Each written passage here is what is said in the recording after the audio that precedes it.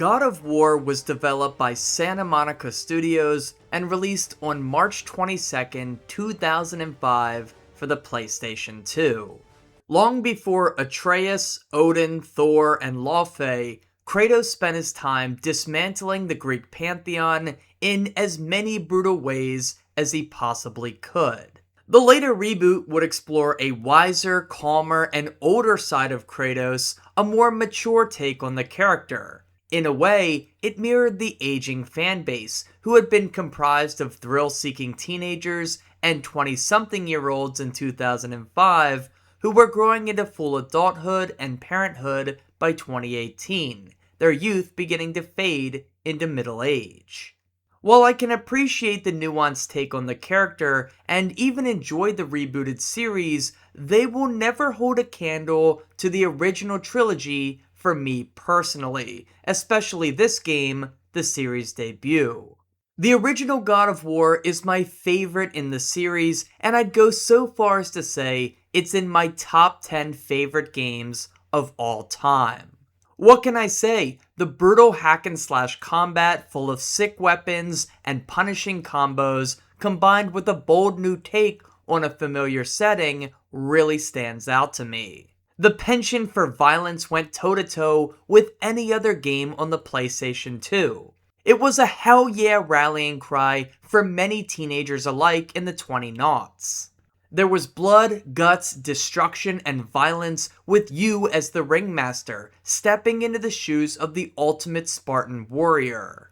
Kratos was the definition of a badass anti-hero, and always had more character depth than some remember. Perhaps blinded by the bloody bits of Minotaur staining their vision after wiping the floor with a pack of them.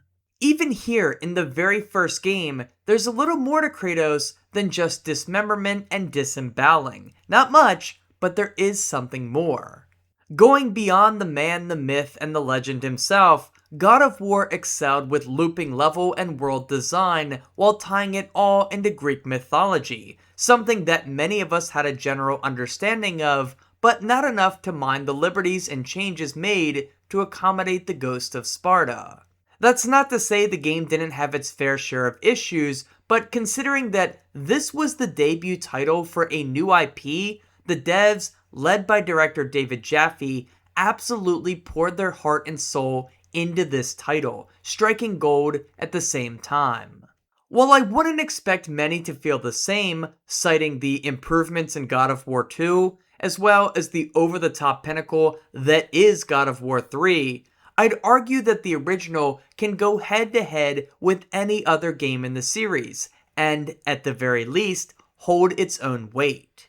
In this lengthy analysis, I'm going to be taking a deep dive into the series' starting point, doing my best to point out all the ways I think this game excels and why it's so special to me, while also acknowledging its pitfalls and trappings.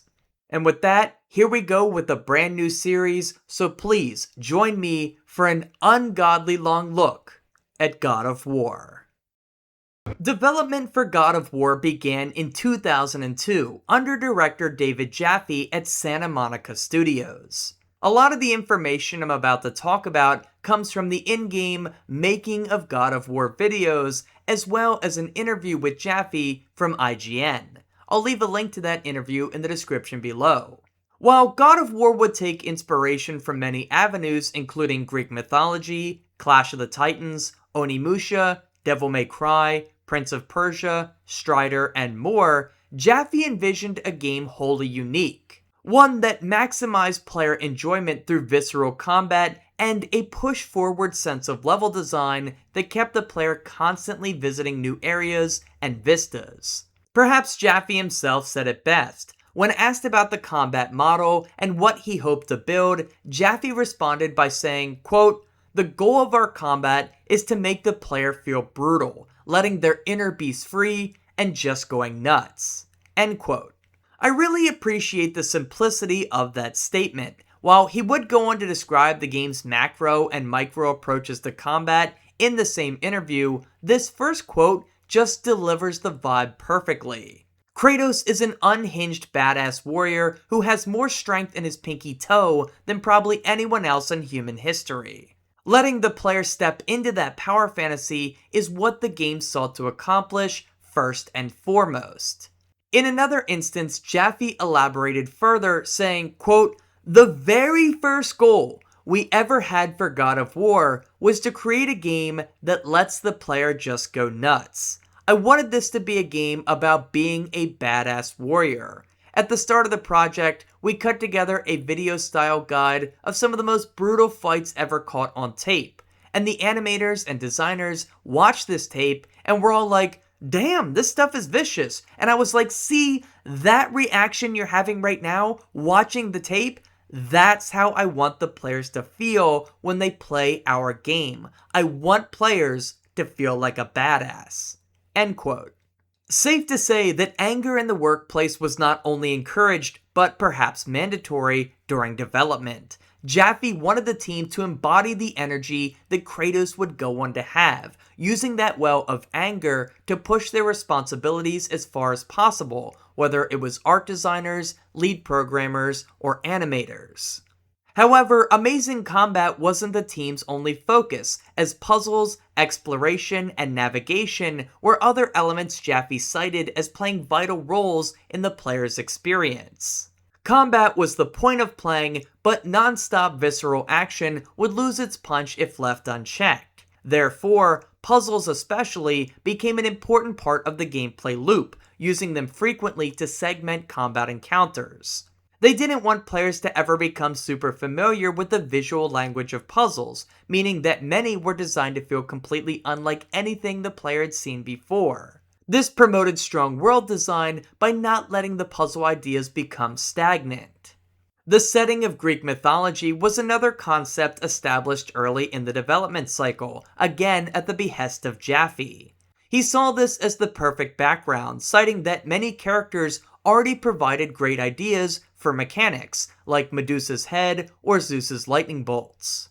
The pre-production cycle for the game was one of the team's longest at the time, and the artist worked hard to take the ideas out of Jaffe's head and bring them to life in the art style.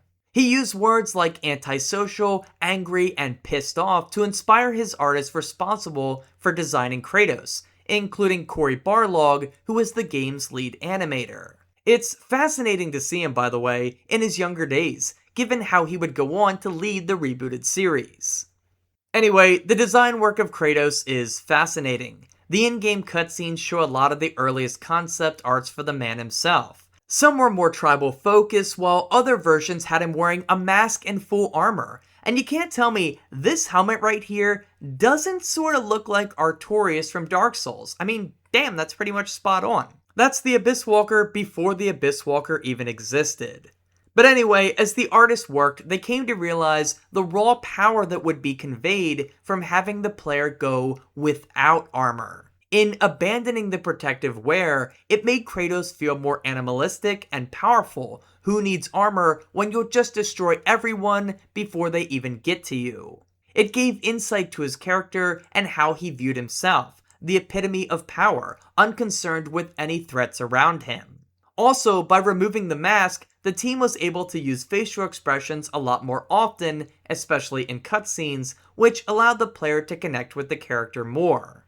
During production, the team talked about how they wanted to get the most out of the PlayStation 2. The console had been out for a few years now, and they knew what they were working with. The question was, how could they push it further than other developers?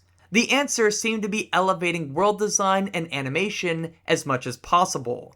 They wanted a contrast in the world design, showing off not only brutal trap rooms, but also gorgeous vistas that felt like a reward after escaping tough battles and scenarios. Nailing the Greek vibe was also super important to the team, while also making sure a sense of scale was always present. Another element emphasized was that brutality, trying to come up with the most gruesome animations to provide shock value, reinforcing the player's strength. They wanted to redefine the action-adventure genre, making players think that this is what the genre should have always been. They were working so hard that the guys often felt like fighting each other, seeing Kratos within themselves, arguably a hard feeling to avoid while working on a game as angry as God of War. All of this early work would go on to be rewarded at E3 2004, where many outlets cited God of War as the best new upcoming game of the show. And finally, after a 3-year development cycle, the game was officially released in March of 2005 to very positive reception and critical acclaim. So, with all of that established, let's jump in and see how this game plays and holds up in 2026. When starting a new save file, you're first granted a choice between easy, normal, and hard mode. There's also God mode after you complete the game once, and it's the title's toughest challenge. For this playthrough, I'll be starting the game on normal mode, as it's probably the experience the developers intended you to have. Oh, and many of the cutscenes are gonna have this black bar at the bottom. I apologize for that, but manipulating the picture settings was the only way to get gameplay without black bars, and this was kind of the result. It's a compromise I had to make because I'm playing the PlayStation 3 version, the God of War HD, and it's running on my PlayStation 5 through a streaming service, so a few compromises had to be made. Following our difficulty selection, we're shown a cutscene that introduces us to Kratos for the first time. After all the marketing hype and trailers showing us playing as this beast of a man, it's odd that our first moments with him depict a person in absolute agony. To me, this immediately conveyed that there was more to this character than just violence personified. Something drove him to become the malicious person he had become. We just don't know what that is yet. It's a great way of building some early intrigue and mystery around this character's past, especially as we're shown how far his pain has driven him. It begins with 2 sentences: "The gods of Olympus have abandoned me, and now there is no hope." Desperate and broken, Kratos casts himself off a high cliffside, deep into the waters below, clearly chasing an escape from something. The narrator gives vague descriptions of why Kratos is doing this, citing things like 10 years of suffering, nightmares, and madness before flashing back 3 weeks earlier, saying he hadn't always been in this predicament. And this really gives the player pause for concern. What are we about to endure that would drive a man to this state? It's a story that will unveil slowly as the curtains are pulled back across the adventure. From there, we're thrust headfirst into the tutorial, one of gaming's best in my opinion. It wastes zero time, making it absolutely clear what the main mode of play is here in God of War: annihilation. We don't get some setup for why Kratos is here, some backstory, we don't see him journey into the sea. Nope, it's just our Spartan warrior cursing undead soldiers before diving into the fray, looking to rip off a piece of it for himself. The game gives a pop-up informing you of your basic attacks: square for light and triangle for heavy. Combining these inputs allows the player to string together very simple combos here at the beginning, but this will be built on later. What immediately stands out is the versatility of Kratos' weapons, called the Blades of Chaos. They allow for far-reaching attacks across the battlefield, which aids in the game's combo system, rewarding players with more red power orbs for stringing together successive hits without being damaged. You're given a clear indicator of this in the bottom right-hand corner, although it is easy to miss it in the carnage. These first few enemies are fodder for you to get acclimated upon, funneling in over and over just to be torn to shreds. The game is also quick to introduce grab moves where the player takes hold of an enemy and then can kill them outright or use them as a slingshot to hit other foes. While doing this doesn't always grant extra power orbs, it does promote the feeling that Jaffe and his team were going for: carnage through brutal animation. Even after the first fight, you feel the intensity that this gameplay will bring. After the brawl, the game introduces other main mechanics like lifting things using R2, opening chests to replenish health, breaking environmental clutter to receive more power orbs, and blocking. These are vital lessons taught within just a minute or two, but it's good to establish them quickly because they will be important throughout the game. Emerging from the rooms leads to a face-to-face confrontation with a Hydra. Here, the blocking message you were just told about is immediately reinforced, as you'll need it to avoid incoming damage from the beast. The player learns a mandatory lesson here: Kratos is a badass, but unless you're playing on easy, you'll have to alternate between offensive and defensive maneuvers. But doing this properly allows you to overcome the beast. And may I just add, having a boss-like encounter in the first few minutes is excellent set dressing for what's to come in God of War, as the game is fond of stacking the odds against you so that when Kratos prevails, it reinforces his strength and power, which is what you currently feel. Again, this is reinforced in the minigame moment where you have to kill the beast in a QuickTime event segment. After that, we're introduced to the game's finicky, unlikable, but doable platforming. It isn't bad at this point as we navigate back outside. Here we find an old man who actually runs away from Kratos. It would be natural for the player to assume that we're playing as some hero, rescuing these people, but this man's reaction says otherwise.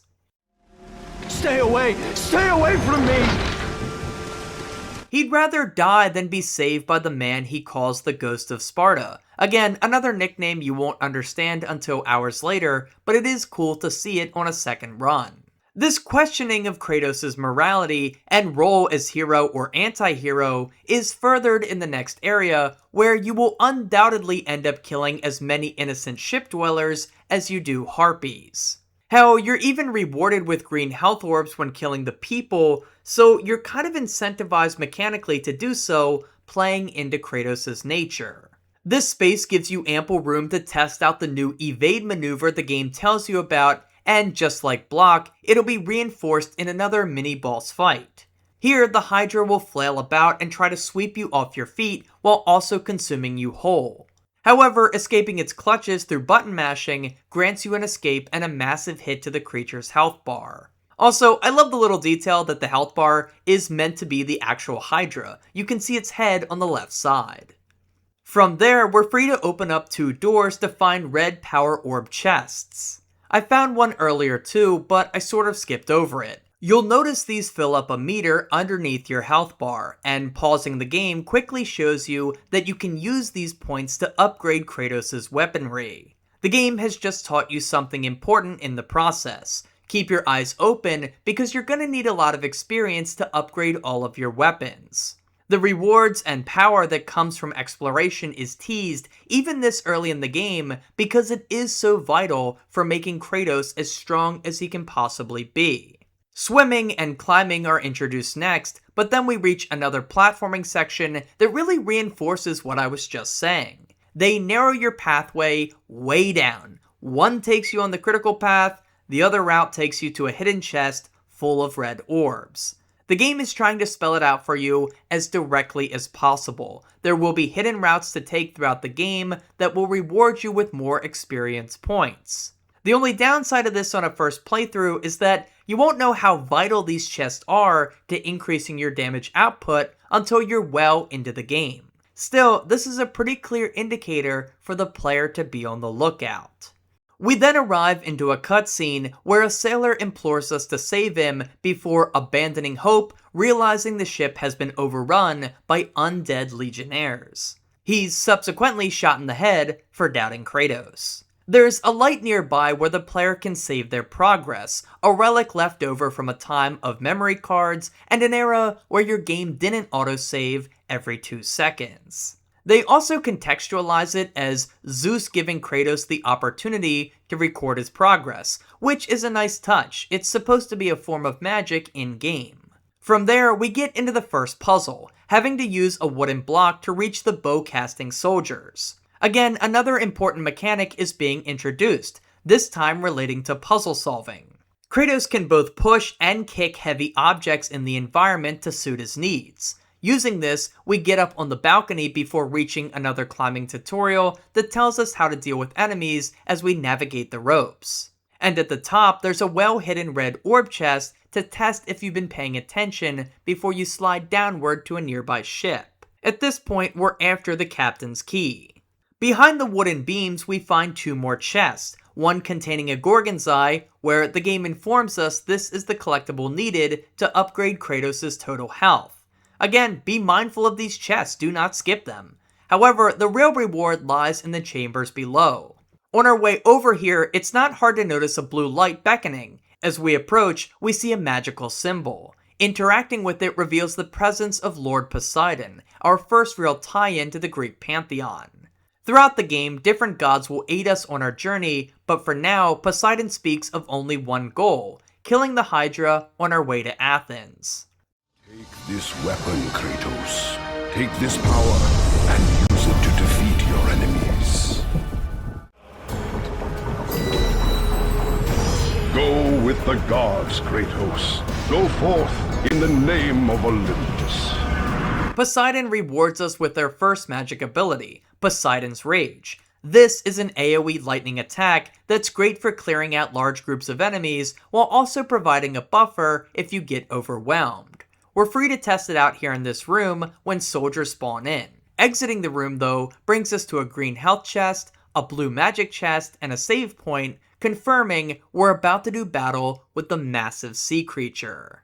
Climbing the ropes triggers another cutscene showing the captain of the ship being consumed whole by the Hydra's massive head, while the two other heads we fought earlier provide assistance. It's cool that the two Hydra heads, who we thought were so imposing upon first seeing them, are actually the runts of the litter. The visual design of this boss is used to convey another step up in perceived difficulty. It's also nice that one of the crewmen yell out that the heads can heal one another, which at least hints how the fight is gonna work. Usually things aren't spelled out for you in God of War games, and this is no exception. If you try to go right after the big head, you'll find yourself not making much progress, but by beating up the two lower heads first and brutally pinning them down, you free up the big dog for a direct assault. He is so large that you're incentivized to use your new magical ability to do as much damage as possible every time he comes in close. This behavior is rewarded as the beast drops blue magical orbs that allow you to repeat the attack. Of course, the slaying of this beast is what remains the coolest part. Throughout the fight, you'll use the Blades of Chaos to smash its head into the mast until it eventually crumbles. All the while, the creature will keep healing itself. However, you'll eventually get a QTE sequence that shreds its health bar by impaling it on the wooden stake that you just created. It's a sick way of killing the beast as Kratos uses strength and smarts to overcome the huge size disadvantage. With that, the Hydra lays dead before us. The captain's voice beckons us down the throat of the beast, where we get one of the most character-defining moments of the entire game.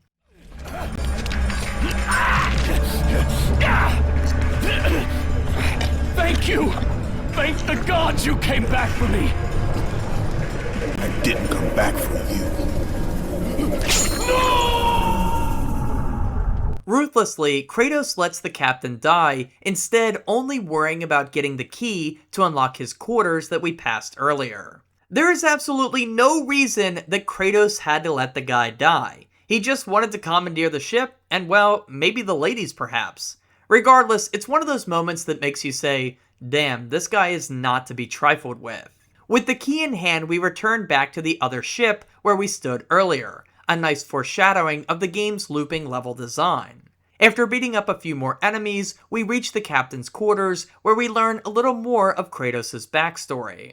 Yeah, a bunch of the cutscenes in this game show stuff that I just can't show on YouTube, so I'll most likely be blurring or omitting them depending on what I feel like I can get away with. So yeah, if there's an important scene that seems kinda cut up in the editing, just know it probably has some fleshy bits that I can't show. In this scene, we're informed that something haunts Kratos. An event from the past left him traumatized, and now he's spent 10 years serving the gods of Olympus, hoping that someday they would reward his efforts by wiping his memory. In this vein, he angrily implores Athena to end his suffering, but she has one final job for him. Her brother and son of Zeus, Ares, has led a wreckage to her city, Athens. Since Zeus, as king of Olympus, commands that the gods cannot fight one another, it'll be up to the champion of the gods to stop Ares. Squabbling, betrayal, and murder are nothing within Greek mythology, so anyone wondering why Athena would want her own brother killed need not worry. He's wrecking her city, her domain, and that's justification enough for his downfall. After learning of the job, Kratos asks that, if he completes it, would his memories and visions be wiped away? Athena cheekily responds that his past will be forgiven, which Kratos takes as a yes, but will come back later to slap him in the face. It's tricky wording from the tricky gods. With that, we arrive in Athens with our end goal in front of us: find a way to kill Ares, the reigning god of war.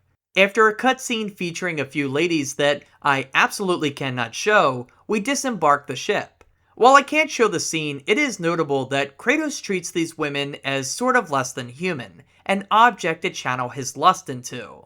He tells them to get the hell out and not to be here when he returns. It's his brutality taking root in a form other than blood and guts. I also think it shows how disconnected Kratos has become from things related to love. It's his biggest emotional scar after what happened in his past. It's really easy to nitpick womanizing scenes like this through the lens of 2026, but I'd say it was pretty on brand for the early 2000s, when almost every gaming franchise was trying to appeal to teenage boys, one of the largest demographics in the video game space, especially at that time. With that, the tutorial is concluded, and I don't want to understate how great it is. It teaches the player so many mechanics, from combat basics, to climbing, to swimming, to magic, to moving objects, to minigames, to platforming, and to the need for exploration. All of these are conveyed in about 30 minutes, culminating in an over-the-top boss fight against a fearsome creature that Kratos never backs down from once. In doing all of this, Kratos' steadfast nature and general attitude are established well. If he isn't scared of any of this, why should we be? It's the gameplay and character building working in unison to deliver what Santa Monica Studios hope to achieve within just the game's opening moments. Now the key would be maintaining this high across the entire adventure. As we exit the boat, we enter a long stretch where the player will not be teleported from stage to stage. Instead, they will literally walk everywhere from here until ending up in Pandora's temple. The transition to Athens, to Pandora's temple, and to Hades being the only times you don't walk from one area to the next throughout the entire game. Instead, cutscenes would be used to transition between these specific levels, but they did a great job making sure those cutaways didn't shatter the illusion of a seamless world. This would go on to become a tradition in God of War games, making sure all the levels were connected in some way, devoid of generic loading screens that cut away from the player's control. This is such a brilliant way to frame an action-adventure game because it ensures the sanctity of the journey of going from one place to another. Virtually nothing is skipped over. They don't compromise the player's immersion of going on this adventure unless they absolutely have to. And the few times they do, it feels like it would have been really hard to find some sort of workaround. Obviously, this would go on to be perfected in God of War 2018, where everything is filmed in a single shot. The original game never managed this impressive feat, but you can find the seeds of that idea here, made all the more impressive due to the hardware limitations. As we reach the Gates of Athens, we're immediately greeted with some beefier enemies, including legionnaires who leap into the sky to sword slam you, and aggressive minotaurs hell-bent on ripping you apart with their axes. You can already start to feel that these enemies require a lot more than the mindless spamming you could get away with in the opening tutorial. Intermingling Poseidon's rage into your attacks helps deal with them, as does timing your blocks properly. And one detail that I really appreciate with the grab move on the Minotaurs is that the button mashing needed to finish them off is not only graphic, but also not a freebie. Hard mashing is required to shove the blade into its mouth, which mimics Kratos' twitching muscles as he forcefully executes the beast. It's putting up a fight for its life, and you can feel it through the button mashing. It's also nice that killing Minotaurs always yields health orbs. That'll be nice to have later. Also, in this early section we find a phoenix feather that upgrades our magic bar after gathering 6 of them, similar to the Gorgon's Eye with health. It's very easy for the level curve to get away from you, and so finding 18 of each of these items as quickly as possible is great for 2 reasons. It gets Kratos up to strength, while also creating more red orb chests later that give you experience.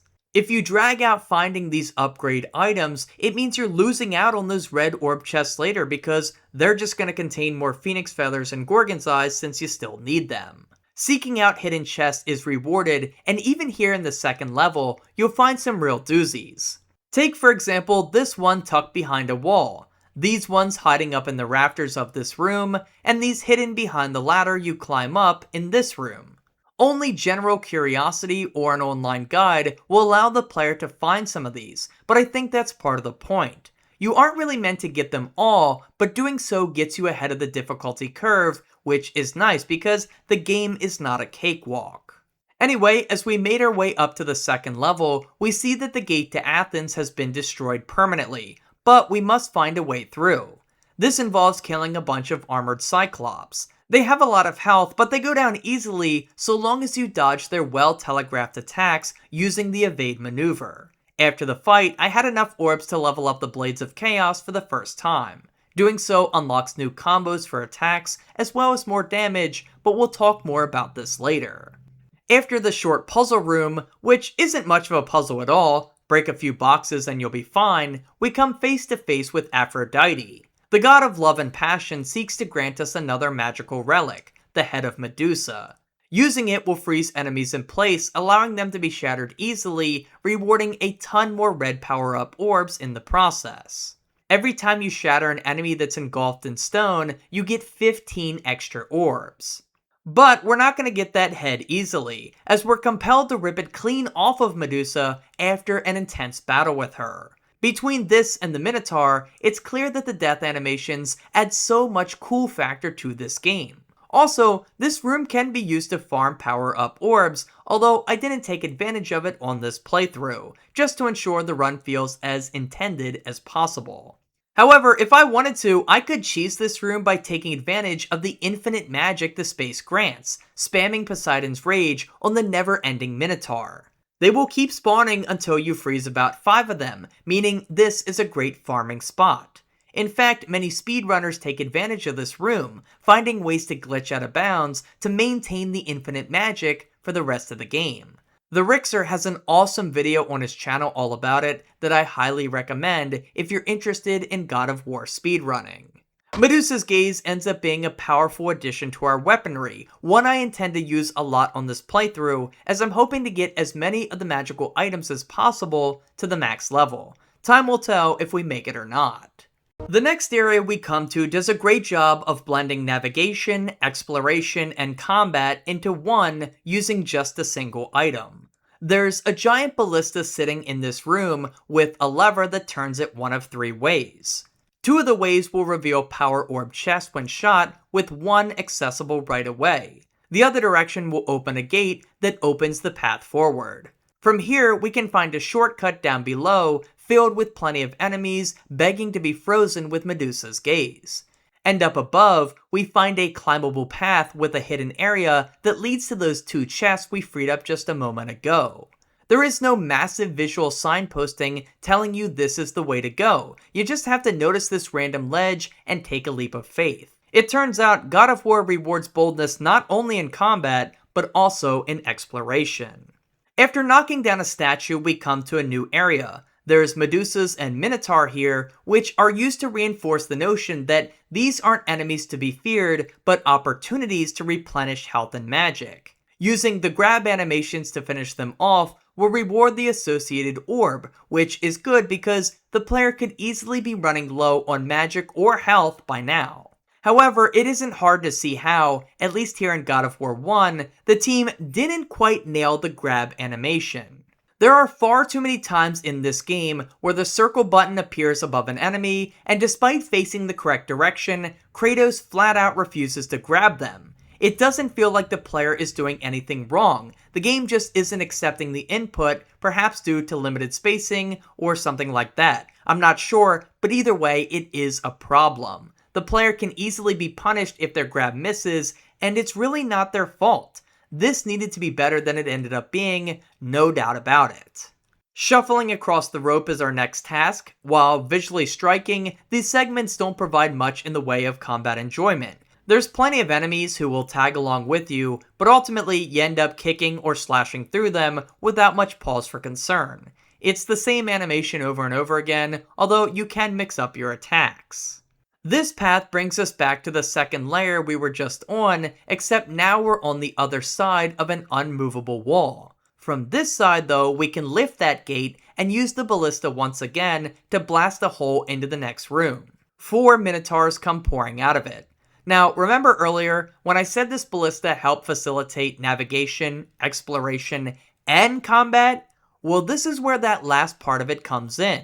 You can use the ballista to fire on the minotaurs and clear them out quickly, although I'm stupid and forgot you could do that until I finished up the section.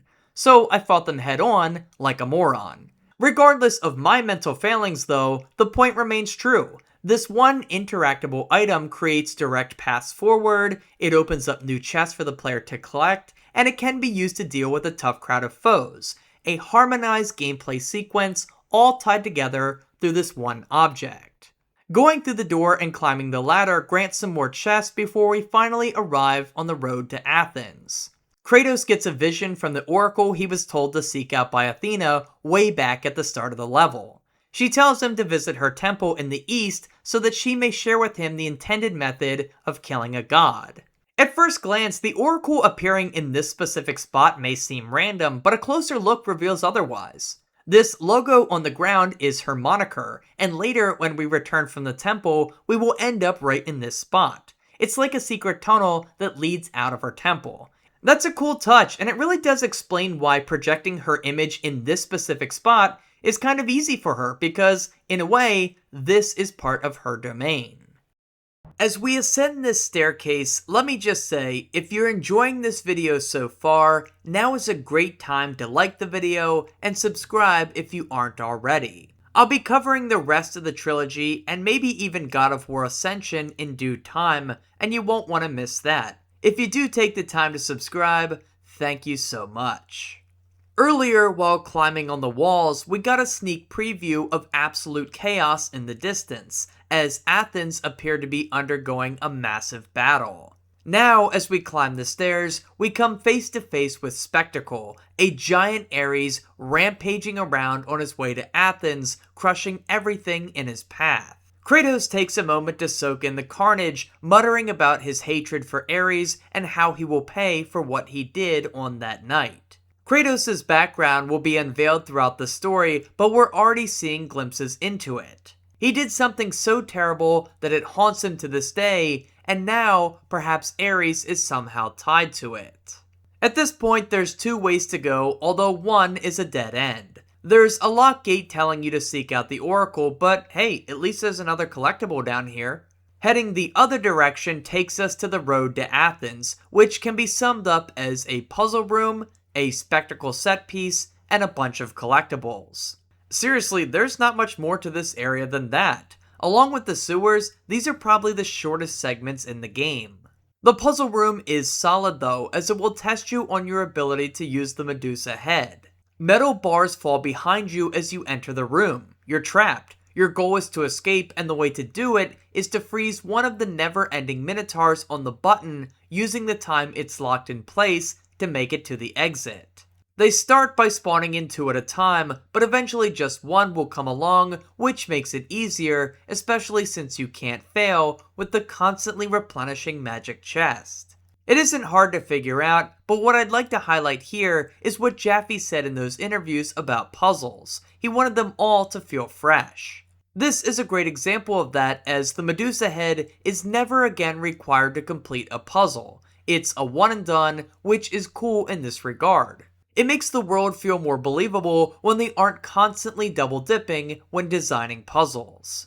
You might not realize it because of how often I'm ducking into side rooms to loot chests, but the road to Athens is one of the finest set pieces in the game. I don't necessarily mean what you are doing as a player, considering you'll find the same enemies you've already been dealing with. However, what makes it stand out is what's going on in the background. Ares continues to parade around on his march towards the city, and the environment around you is being affected. Every once in a while, a giant fireball will slam into something near you as citizens go running in terror past you. It's Ares trying to stop you, as we will later see he's keeping tabs on Kratos' progress just as much as the other gods. It feels like a genuine bombardment of chaos all around you.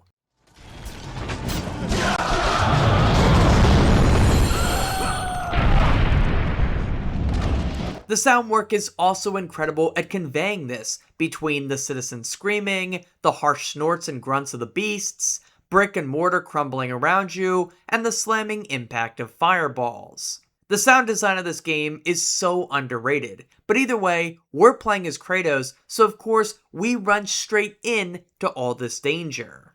Set pieces and spectacle like this would go on to play a large role in the God of War series.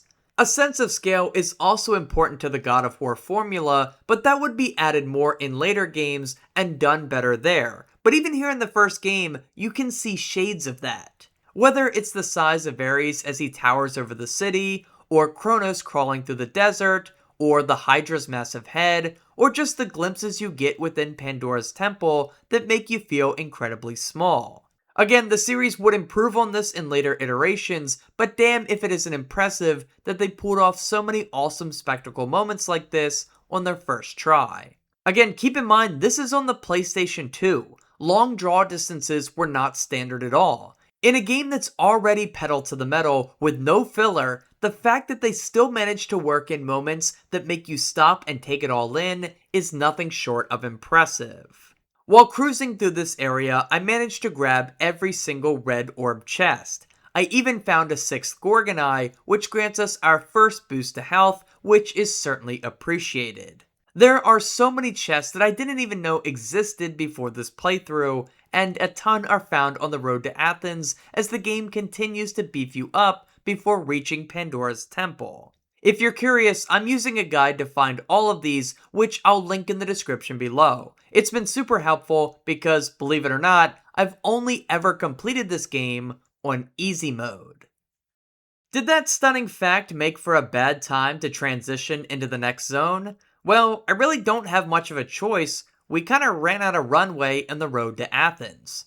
Oh, I guess I kinda skipped over the rope swinging. Yeah, that's introduced here. But it's not really used that often, so let's move on to our next level. Anywho, yeah, I've only ever completed this game on easy mode, and a big reason for that is because I genuinely feel like Kratos shouldn't struggle with any of these combat encounters. I swear I'm not awful at the game, despite what my Silksong comment section may tell you. Look, normal mode really hasn't been that bad, at least not so far. But on higher difficulties, it is easy to get your ass kicked. The game works so hard to portray Kratos as the badass anti-hero who doesn't take crap from anyone and will rip anything in half that stands between him and his goal. He is rage incarnate. So, watching him get his ass beat just feels like a massive breaking point in the immersion, at least to me. That might sound like cope, but I seriously mean it. It creates a cognitive dissonance that just feels off for this game. Still, I want to overcome that, and that's a big reason for why I'm playing on normal for this run. But genuinely, really think about it. If Kratos is meant to be this tough, he should be unfazed by any creature that opposes him. If he keeps getting beat and the player keeps dying, it does take away from the character building at least a little bit, and maybe on a subconscious level. Perhaps what makes this stand out so much is because of how relentlessly the game works to have Kratos earn his reputation as being a form of fury, instead of just telling us that he is. They want his actions and the events of the game to portray that part of his character, but if the gameplay works against that, then it can rob the player of the power rush feeling this game was clearly going for. Look, maybe I care too much about the harmonization of Kratos' character, but that's how I always felt playing these games in the past. I'm hoping I can lock in enough to not get the big guy killed too often here on normal mode. I managed to do alright for myself in the town square, which, let me just say, is another awesome set piece moment. All the civilians running around as their city is destroyed, and giant cyclopses start parading around. The game pits you up against 3 of them, and just like the newest item from Taco Bell, they're ultra beefy. It was great design then that once again, killing the civilians grants you health orbs, once more conveying that Kratos will do whatever it takes to see his goal accomplished, even if it means allowing everyday Joe Schmoes to enter his crossfire at the same rate as Gorgons and Minotaurs.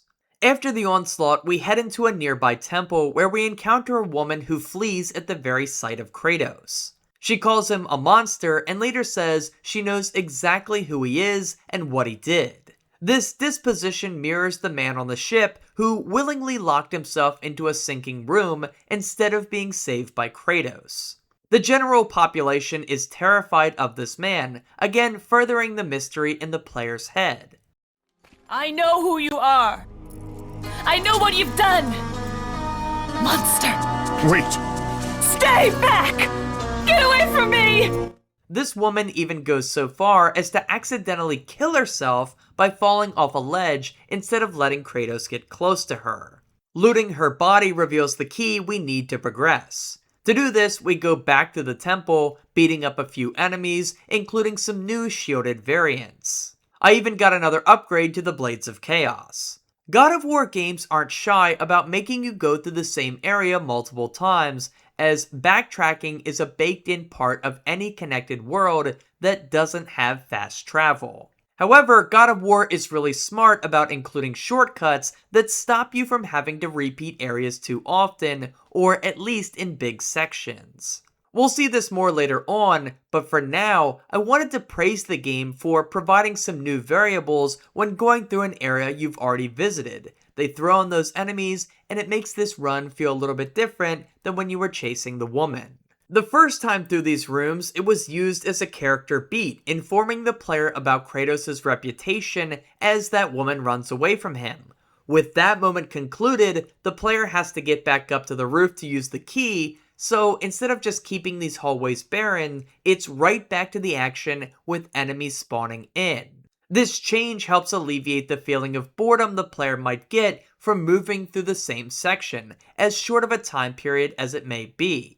You see, even if the player is bored for just a moment, it works counterintuitive to the design ethos that Jaffe outlined for this game, wanting the player to go nuts. It's hard to go nuts when you're getting unfulfilling deja vu. The spectacle continues as we ascend upward to the rooftops of Athens. The city continues to be ravaged, as we can see in another one of these spectacle moments. God of War 1 is very fond of moments like this, having the player do a simple action like climbing or moving along a rope. This doesn't require a lot of direct focus on Kratos, allowing the player's eyes to wander, soaking in the scene dressing that the team has worked hard to create. It allows the world to feel more alive. Given the player will spend the second half of the game within Pandora's temple, and more or less in complete isolation, it was smart to have all of this background action early on. It helps inform Kratos' goal, and why the gods are so worried about the rampage of Ares. He's literally tearing the city apart. What can I say? The scenery is done masterfully, and I think a big reason that it works so well is because of the game's choice to use a fixed camera. No matter what you do in God of War, you won't be able to swing the camera around to see what you want to see. The option simply does not exist. This may seem unfair for a hack and slash action adventure where enemies can sneak up on you from different angles, but it works surprisingly well here. The viewpoints you're shown do a great job of conveying all the information you'll need. Meanwhile, many enemies won't attack you if they aren't on screen, and will do their best to position themselves back within the frame you're in before becoming aggressive once more. This ensures the player isn't cheated by the camera, at least not on a frequent basis. It also means the player can focus on racking up combos and evading when necessary, which, as we will see later, was an important design element for the team. I imagine ensuring fairness in the gameplay was the team's #1 priority when building these arenas and choosing which viewpoint the player would see from them. The team did an excellent job of selecting locations to complete that goal. From there, the team was able to reap the benefits of what they had sown. With the fixed camera in place, it meant the team could always be 100% sure what the player would be looking at any given time, or at least what was in their field of view. As a result, you get moments like the one we just saw, climbing the tower and witnessing Ares' rampage as he moves further into the city, or even just ascending the staircase earlier for the big reveal of the God of War. There's even small instances of it too, like seeing the soldiers running up the tunnel and being blown up, or this shot where they're running into battle only to get obliterated where they stand. To say the game takes advantage of its fixed camera would be an understatement. First and foremost, it upholds the intended player experience while also enhancing the atmosphere, world building, and level design by curating every shot the player is going to see. It must have been meticulous work, but the fact that I never feel like I'm missing out on something because I can't turn the camera around is a testament to the game's great design. Anyway, the first half of the level is all about ascending to the rooftops themselves, completing a few climbing sections, but most notably, a combat arena. The player can't progress past this until all the enemies are killed. The game is fond of moments like this, deservedly so. Lock the player in place and make them deal with the enemies. Again, the point isn't to sprint past everything, although you sometimes can, so the frequent breaks for mandatory combat are pretty welcome. I also managed to find a 6 Phoenix Feather to increase my magic meter, which was clutch because this section is by no means easy without a blue bar backing you up. After climbing around the remains of the bridge, we come to a fork in the road. God of War excels at building out its puzzles and sequences into multiple rooms or sections. For instance, right here you're allowed to climb upward and clear out all the enemies on the rooftop, but you'll be stopped dead in your tracks if you don't first return to Zeus's temple and acquire the power-up there. Not railroading the player into the temple first and forcing them to find it for themselves is done in an effort to maintain world believability. Sure, it may be more convenient if you came to the temple first and then the rooftops, but by keeping them separate, the world is allowed to feel whole while also giving the player more agency in their playthrough. As for me, we're gonna hit the temple first. The puzzle here does a nice job of building on what came before. The player has already been made familiar with how the ballista works while it was stuck in a stationary position. Now they can recycle it, but this time use it as a puzzle element instead of just using it for navigation, combat, and exploration. You've already been taught what you need to do. Use this to bust down the wooden door across the hall. However, it's not facing the right direction, and there's no way to spin it around by sheer force alone. By exploring this room, the player can find a lever that lowers a ladder, but also spins a platform. The player can then intuit that this is exactly what they need, but using it once still doesn't put the ballista into the correct position, and pulling the lever again only resets it. The solution doesn't jump right out at you on a first playthrough, but it also doesn't take too much brain power. Simply pull the lever once, move the ballista off of it, pull the lever again, put the ballista back on the pedestal, and then pull that lever one final time. It's the first real non-combat puzzle the game throws at you, so making it simple was pretty smart. In the next room, we unlock Zeus's Rage, a move that lets us throw lightning bolts at enemies, giving us a ranged attack joining our powerful blades, stunning Medusa head, and AoE Poseidon attack. Our weaponry is starting to round out nicely. There's even a nice section right afterwards that promotes how useful this weapon is for dealing with faraway enemies, rewarding the player with more chest after beating the foes. With that, we're ready to head to the rooftops proper. Battling through more enemies is nothing new. Medusa's head is a great way to deal with the harpies while also getting a ton of experience in the process. After this, there's a cool spot beyond the swing ropes. There's a ton of power orb chests just laying around, but you can't open them on account of the archers who are shooting you from a distance. However, with Zeus's Rage or Fury or whatever the lightning bolts, you can make quick work of them. If you didn't have this power up, you'd have to remember to come back to this spot later on. It's not hard to remember it, but it feels like a great reward after getting the new magical ability. But with all that being said, I have no idea how on earth players were expected to find this chest. This is one of the most diabolical chest placements in the entire game. Regardless, zapping the guy holding the lever clears our path and it leads back to the Athens town square. We get a nice view of it from up above as a cutscene plays. We've finally found the Oracle, but she's being carried further away. It's a sign we're making progress on our goal, but we're not quite there yet. Going up the stairs towards the temple, I decided to get the Blades of Chaos to level 4, leaving just one left until they're fully maxed. My goal is to get these to their most powerful state before touching any magic. They help in making quick work of these undead legionnaires. As we round the corner, we get an awesome shot of the Temple of the Oracle. Again, an early example of the franchise's emphasis on scale. As we approach, a lot of interesting things happen. First, the Oracle is carried further into the temple. Second, we're swarmed by harpies and gorgons, again making for a great opportunity to use Medusa's head to farm a ton of red orbs. Third, and perhaps most interesting, a cutscene plays showing a mysterious man digging a grave. He pops up out of nowhere and warns Kratos that both of them have a lot of work ahead of them, but when the time is right, he will be there to provide aid. Confused, Kratos asks who the grave is for, to which the gravedigger replies, "It's for you." There will be a full circle moment when we come back much later, but for now, I'll just say, this is probably my favorite character in this game that isn't Kratos. Don't disturb me now, son. I've got my work to do, and you have yours, and precious little time left to do either. There's also a hidden Easter egg that can be found during this section of the game. By inputting R2 in a couple of select spots, a hidden message will appear that says, "Surrender Kratos." Fans have speculated over the years about who is sending this message, whether it be Ares, Zeus, Athena, or someone else, but honest to goodness, I think it's just a funny Easter egg. What's more shocking to me is how anyone found this in the first place.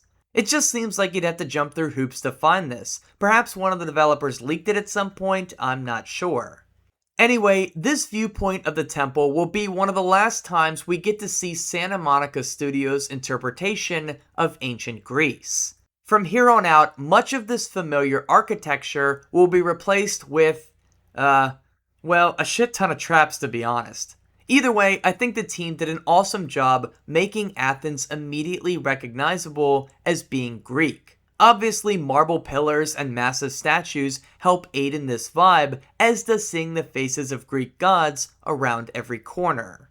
But even just the clothing the people wear, as well as the pottery, feels accurate to the setting and the time period. The team wasn't scared about going over the top within the setting, as every texture, building, color choice, and more seemed perfect to convey that time period. This is another instance in which the fixed camera no doubt made it a lot easier.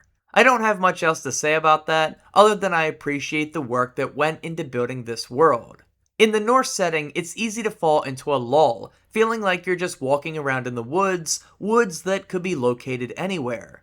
Not the case in the original trilogy. The architecture and world building went nuclear. As we climb the stairs, there's two chests up here that grant a phoenix feather and a gorgon eye. It's not the only time the game will plop down these ultra useful items right in front of the player, but it is smart design to do so. A lot of the chests are well hidden, which makes them satisfying to find, but you need at least a couple of freebies to keep players beefed up if exploration isn't their forte or strong suit. Inside the temple, we reach another puzzle. A cutscene plays showing harpies crawling out of the wall. It may not seem like much, but this is a cue to the player. The game is stopping play outright to show you these holes in the wall, and for good reason. If you don't plug them up, harpies will continue to spawn endlessly, and you won't be able to get through this room for as long as that continues. In typical God of War fashion, the game doesn't do some dramatic zoom onto the statues that you can use to block the holes. Instead, it trusts you as a player to seek out a solution once you realize the harpy onslaught isn't ending. You even have to make sure you put the correct statue in the right place, using the shields to block the holes. I will concede that the statues can blend into the background detail a little bit more than they should, but they'll be found with even the slightest effort to explore the room. Up above, we must platform on the support beams. I found another Gorgonite here, which increased my health once more. Another welcome addition, beefing us up before we get to Pandora's Temple, the main dungeon of the game. After some basic combat, we come face to face with the main puzzle of this temple. The Oracle is dropped by some harpies, but manages to stay alive by grabbing onto a rope. She starts begging Kratos to rescue her before she loses her grip. At this point, I've played this game so many times that I know you have to stack the statues on top of each other and use them as a pillar to reach her. However, this will take a bit of time to deduce on a first playthrough, and it's here where one of the most annoying design elements of this game and any game is felt. The NPC who will not stop badgering you to help them, or rescue them, or to do something at all. What is keeping you? Athens crumbles as you waste time! The Oracle will keep pleading with Kratos every minute or so to help her, which just becomes grating and annoying while you're trying to figure out what to do, what the game wants from you. This is especially true with this puzzle, as even once you figure out what to do, Kratos can be pretty slow at moving the pillars around. Hell, there's even a bunch of chests to loot too, which I always like to get before rescuing her. I get that the game is trying to convey a sense of urgency, but never once has that helped me to lock in on the task at hand. Stop making NPCs in peril yap so much in video games, please. Anyway, after we reach the upper section where she's located, the player is put on a timer to reach her before she falls. There is more than enough time to do this, so long as the player isn't afraid to leap while climbing to cut corners and save time. I do love the aura farming the player can do, stopping to get a phoenix feather while the Oracle's grip loosens. Kratos' selfish nature is rarely checked throughout the series, certainly not here. After rescuing the Oracle of forever changing hair colors, she looks into the mind of Kratos, finally revealing some of his backstory to the player. Kratos was a general in the Spartan army, starting with a small band of troops and building them up into a massive squad. He and his men were hell-bent on one mission, bringing the glory of Sparta to all those around the world, making sure everyone knew their immense power. It's never commented on if Kratos was doing this for some personal reason or selfish desire for power. It just seems like he loved the power, the warfare, and the sense of victory. But that's all we get for now. Fearful of the Oracle seeing too much, Kratos kicks her out of his head, where she questions the gods for sending such a beastly man. Nevertheless, she points us in the direction of Pandora's temple, far to the west, past the desert, where the mighty titan Kronos lies in wait. She compels us to find Pandora's box, the ultimate tool that will allow him to kill a god, but she warns him that many have sought the box's power, but none have ever returned. It's cliche, but taken at face value, it's clear that our next task will demand a high toll. As we exit the temple, we come face to face with a giant statue of Athena holding a sword. It's foreshadowing in plain sight, something this game really excels at on numerous occasions. Before crossing the bridge, the player can head up to the cliffs to get another phoenix feather. This one gave me another boost to my magic meter. More importantly though, it serves as an apt reminder of the game's opening cutscene. The statue of Athena won't answer our prayers, and we see the cliffside that Kratos launched himself off of when the game began. We've just gotten a small insight into Kratos' backstory, and now the game is reminding us of where we'll end up by the end of this journey. However, there's still a lot to learn between these two segments. Our next area is the Sewers of Athens, a relatively short and linear level that exists mostly as a combat trial. I haven't discussed combat specifics much yet, but with this being such a fighting intensive area, it seems like a great point to get started on that topic. In that IGN interview I referenced earlier, Jaffe talked about the combat framework. He made it abundantly clear that God of War was not an RPG, but that he still wanted players to have a multitude of ways to play the game. I'm not sure that vision is 100% realized, given there's only two main weapons and a bunch of magical abilities, but you can only use them in limited amounts. However, more importantly, the lead director talked about the micro and macro combat principles that defined God of War's gameplay, that, say it with me once again, they wanted the player to go nuts. The macro system, which is more of an overview of the entire combat model, promotes the moment-to-moment player expression that allows them to embody the rage while playing through combat. Assessing the needs of the moment defines this system, as players consider all the options in front of them, combos through multiple weapons, mixing in magic, and choosing to opt in or out of the death animation minigame. For example, if you're well into a level and haven't found a health chest in a while, you may be low on health. Just then, you come across a few Minotaur, and the question becomes, do you finish them quickly and move on to more foes, or risk losing more health by taking on the button mashing minigame? If you win, you'll get some health back, but if you lose, more damage will be taken.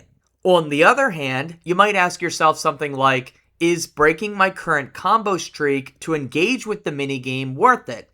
After all, long combos reward more power orbs that are used to level up gear. If you're trying to hit a new rank on the Blades of Chaos or what have you, you may feel better off to just keep attacking. There's a split-second choice in both of these scenarios that has to be made when the circle icon appears above a foe. Although, admittedly, the awkward grab that misses sometimes still sways me in one direction more than the other.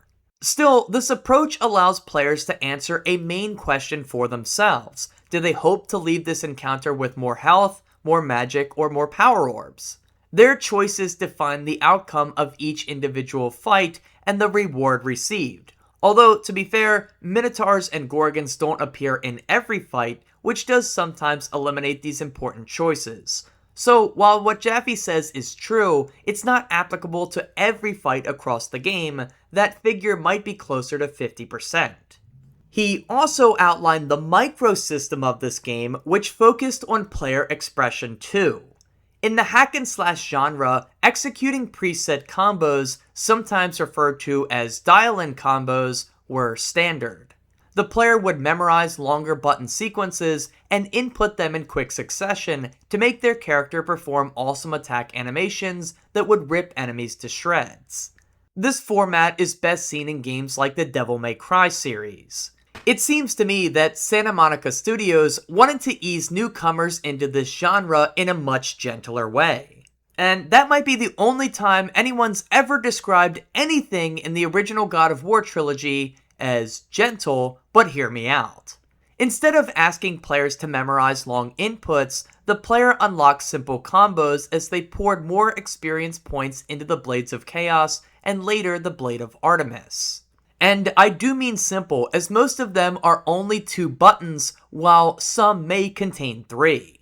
You have moves like Hermes' Rush, Apollo's Ascension, Plume of Prometheus, and more that the player can trigger with ease, creating powerful attacks like stunning enemies, knocking them into the air to be juggled with more attacks, or providing a powerful slam.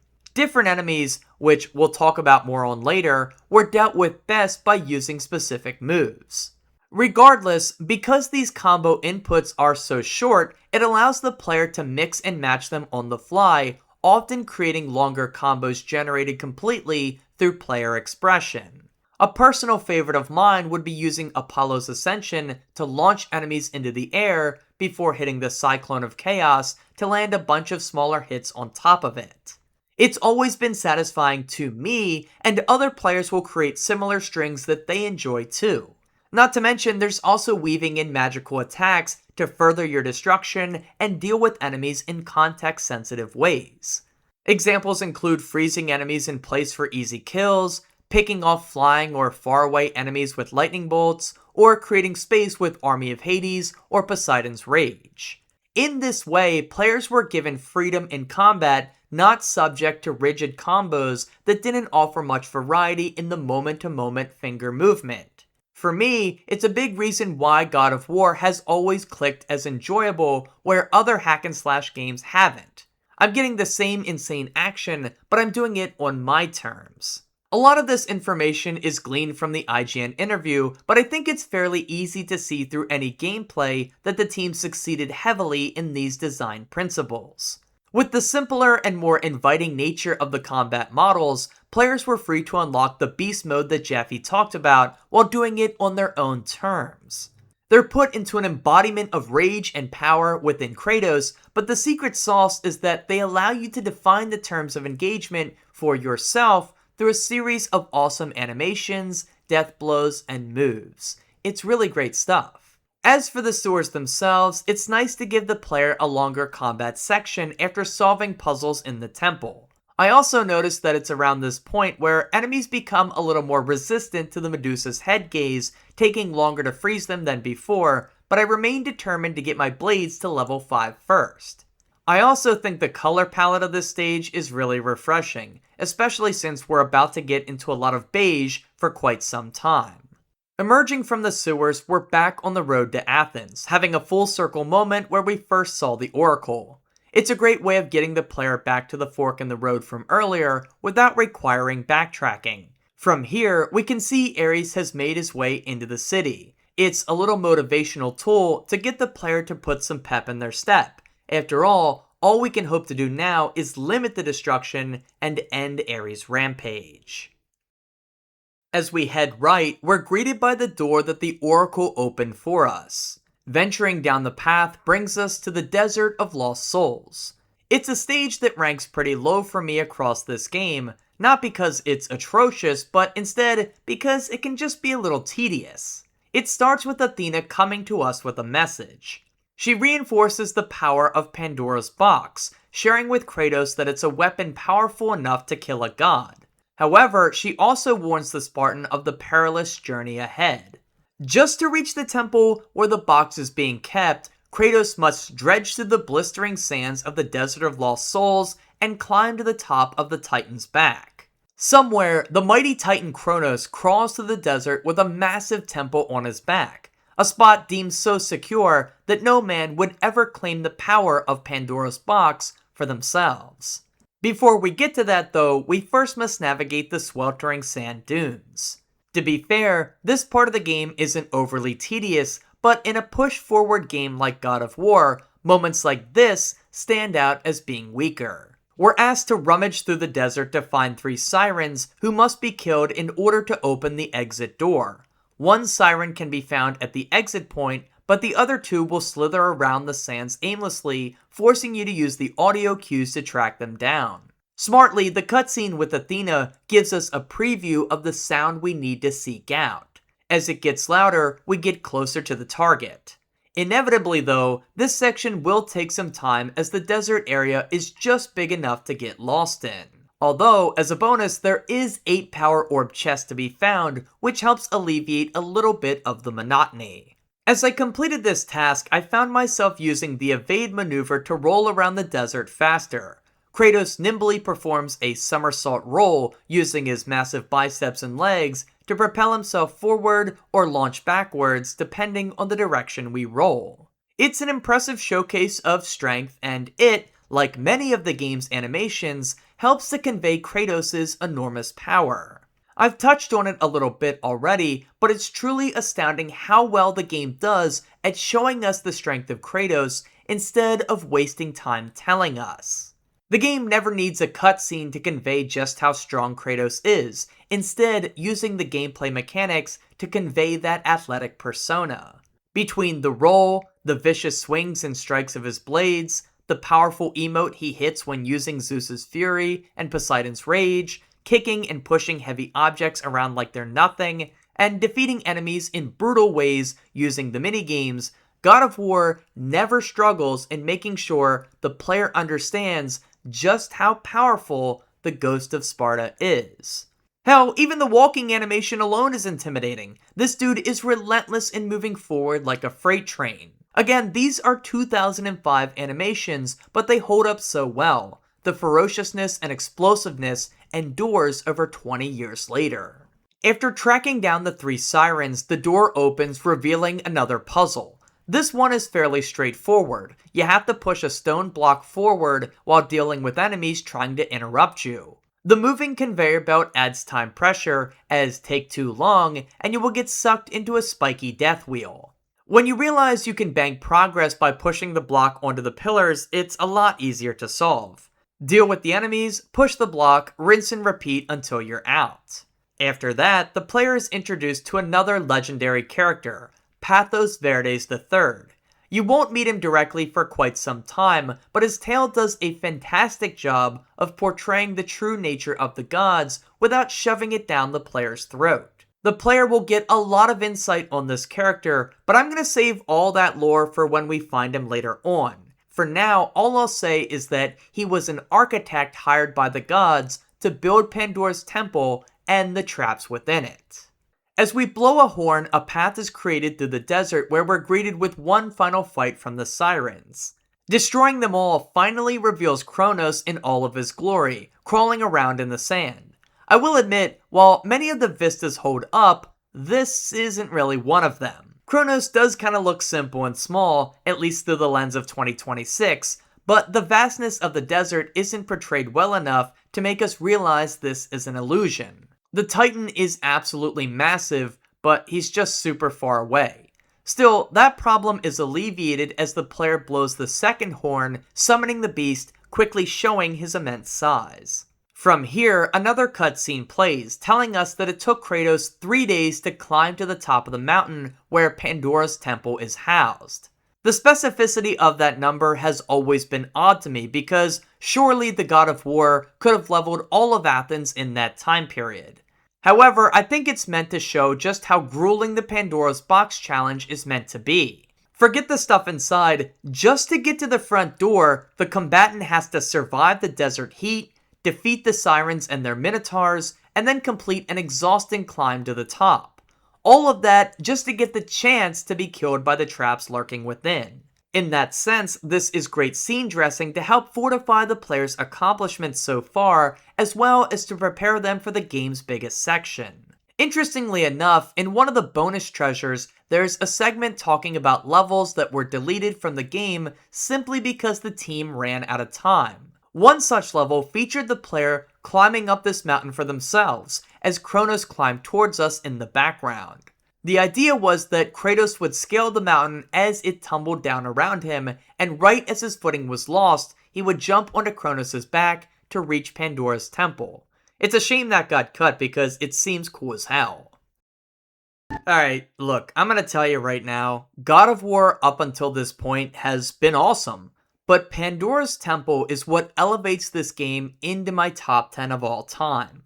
From the complex and varied puzzles, to the winding levels that loop back on themselves, to the tough as nail encounters, and to learning more of Kratos' backstory, as well as Pathos Verdes, this place is awesome. If you ask me to name my favorite single place in any video game, this very well might be number 1. I love it. From the very start, it's incredibly strong. Right where Kratos climbed up lies a dead body. A man who went through all the trials we did and died at the front door, gone before he even made it inside, again giving weight to our adventure so far. Then we cross the rickety bridge, seeing the impressive temple in the distance. Again, all of this just cradled on the back of a massive moving titan. That's just cool, man. Up ahead, there's a man tending to bodies. After a weird wraparound, we reach him and he explains the temple to us in an absolutely perfect way.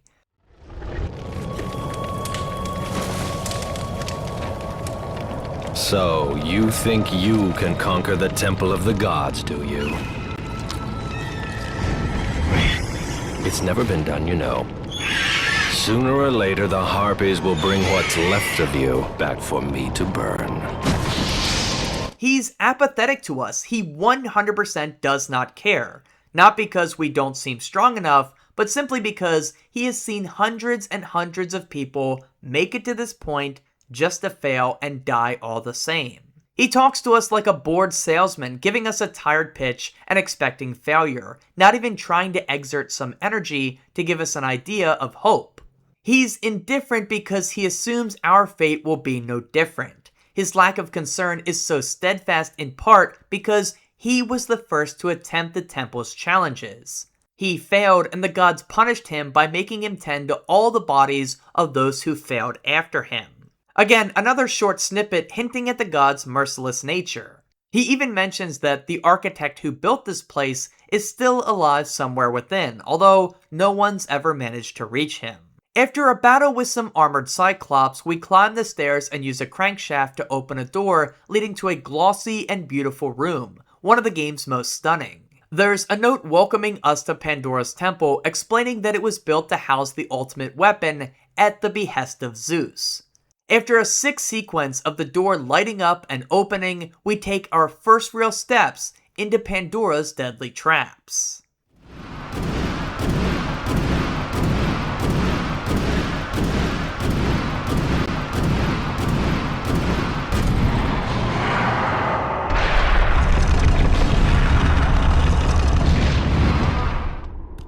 Immediately, all the glitz and glamour of the entrance is replaced with brick, dirt, grime, and machine cogs. A sense of isolation washes over you immediately as the door slams shut behind you. The level design has been open so far, showing off great distances and epic battles, but now it's counteracted so well with tight walls and a feeling of claustrophobia. If you weren't playing as someone as tough as Kratos, it would feel downright intimidating in here. You don't know it yet, but you've just set foot into the game's most intricate and drawn-out puzzle, the Rings of Pandora. To navigate them successfully, the player will have to complete 3 distinct challenges to find items necessary to progress. The challenges must be complete in a set order, but doing them all is what grants you passage closer to Pandora's box. And again, the brilliant part of this is that the game doesn't tell you this right away. You naturally realize it as you keep coming back to this area. At first, you might not even know it's a puzzle, and I always thought that was cool. Traveling through the ring reveals a few things. A locked door with a hole that seems to fit something the size of a skull. Opposite of that is a room full of colliding spike traps that we must roll through before killing some archers. Again, you wouldn't know it yet on a first playthrough, but this room here is incredible. It's like the Firelink Shrine in Dark Souls due to how many times you'll come back here without even realizing that you're on a pathway to it. For now though, all we can do is throw a lever that drops a crankshaft back in the hallway. There's also a light we can shine, but it accomplishes nothing for now. We're not given much direction on what to do next, which is the point. The temple is meant to engulf you physically, mentally, and spiritually, as we will come to see. Moving the gears brings the door to a few different locations. One is back to the main entrance, but the other 2 are more notable. There's a locked golden door missing 2 keys, informing the player to be on the lookout for hidden spots to find them. The other room brings us face to face with another magic upgrade door, which is a great way of alerting the player that this is the intended path forward. I mean, it's the only one, but the thought of getting a cool new toy to play with in combat is going to lure them down this hallway. Here, we get the Blade of Artemis, which I will use a little bit on this playthrough, but not until later. But following these hallways, we come to a save point with a new level title card, the Challenge of Atlas. I love the introduction to Pandora's Temple for its atmosphere, but the real meat of the gameplay begins here. The first challenge is all about combining hard combat sections with puzzle solving. Atlas's challenge is made up of a few different puzzle rooms, but they can be combined into 2 overarching puzzles, the shield puzzle and the rolling ball puzzle. The first sees us having to unlock a door that is missing its 2 keys that take the form of shields. We won't even know this when first entering though, as the locked door is found later in the stage. The game trusts you as a player to explore the available rooms, knowing that at some point you'll hit the locked door and will have to backtrack if necessary. The first shield requires the player to move vertically, first dealing with a bunch of enemies, then pulling a lever up above to lower a way down into a pit.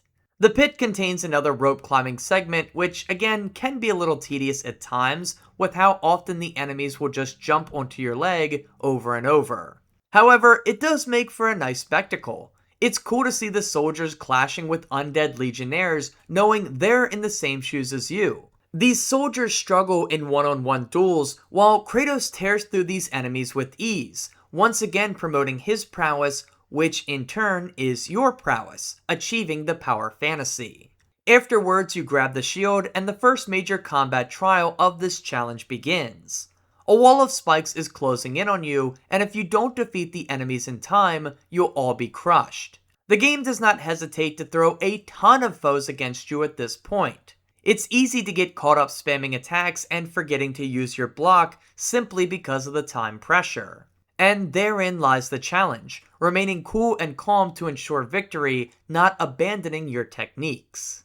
With one shield in hand, we climb back up the rope and come to the lock puzzle door. We can insert our shield a while, but are quickly faced with a new puzzle after taking down some gorgons and archers. There's a button that opens a door on the other side of the hallway. However, it's a rotating door, meaning we have to reach it in a short time period after pressing the button to see our way through. Nearby, the player can find a cart of rocks that can be pushed. However, the puzzle goes beyond this basic realization. Dragging it onto the button doesn't help because you still can't get to the door fast enough. Instead, you have to drag the cart to the door and then kick it while back-rolling to land in the perfect spot. As the cart reaches the button, the door spins with you on the platform, granting access.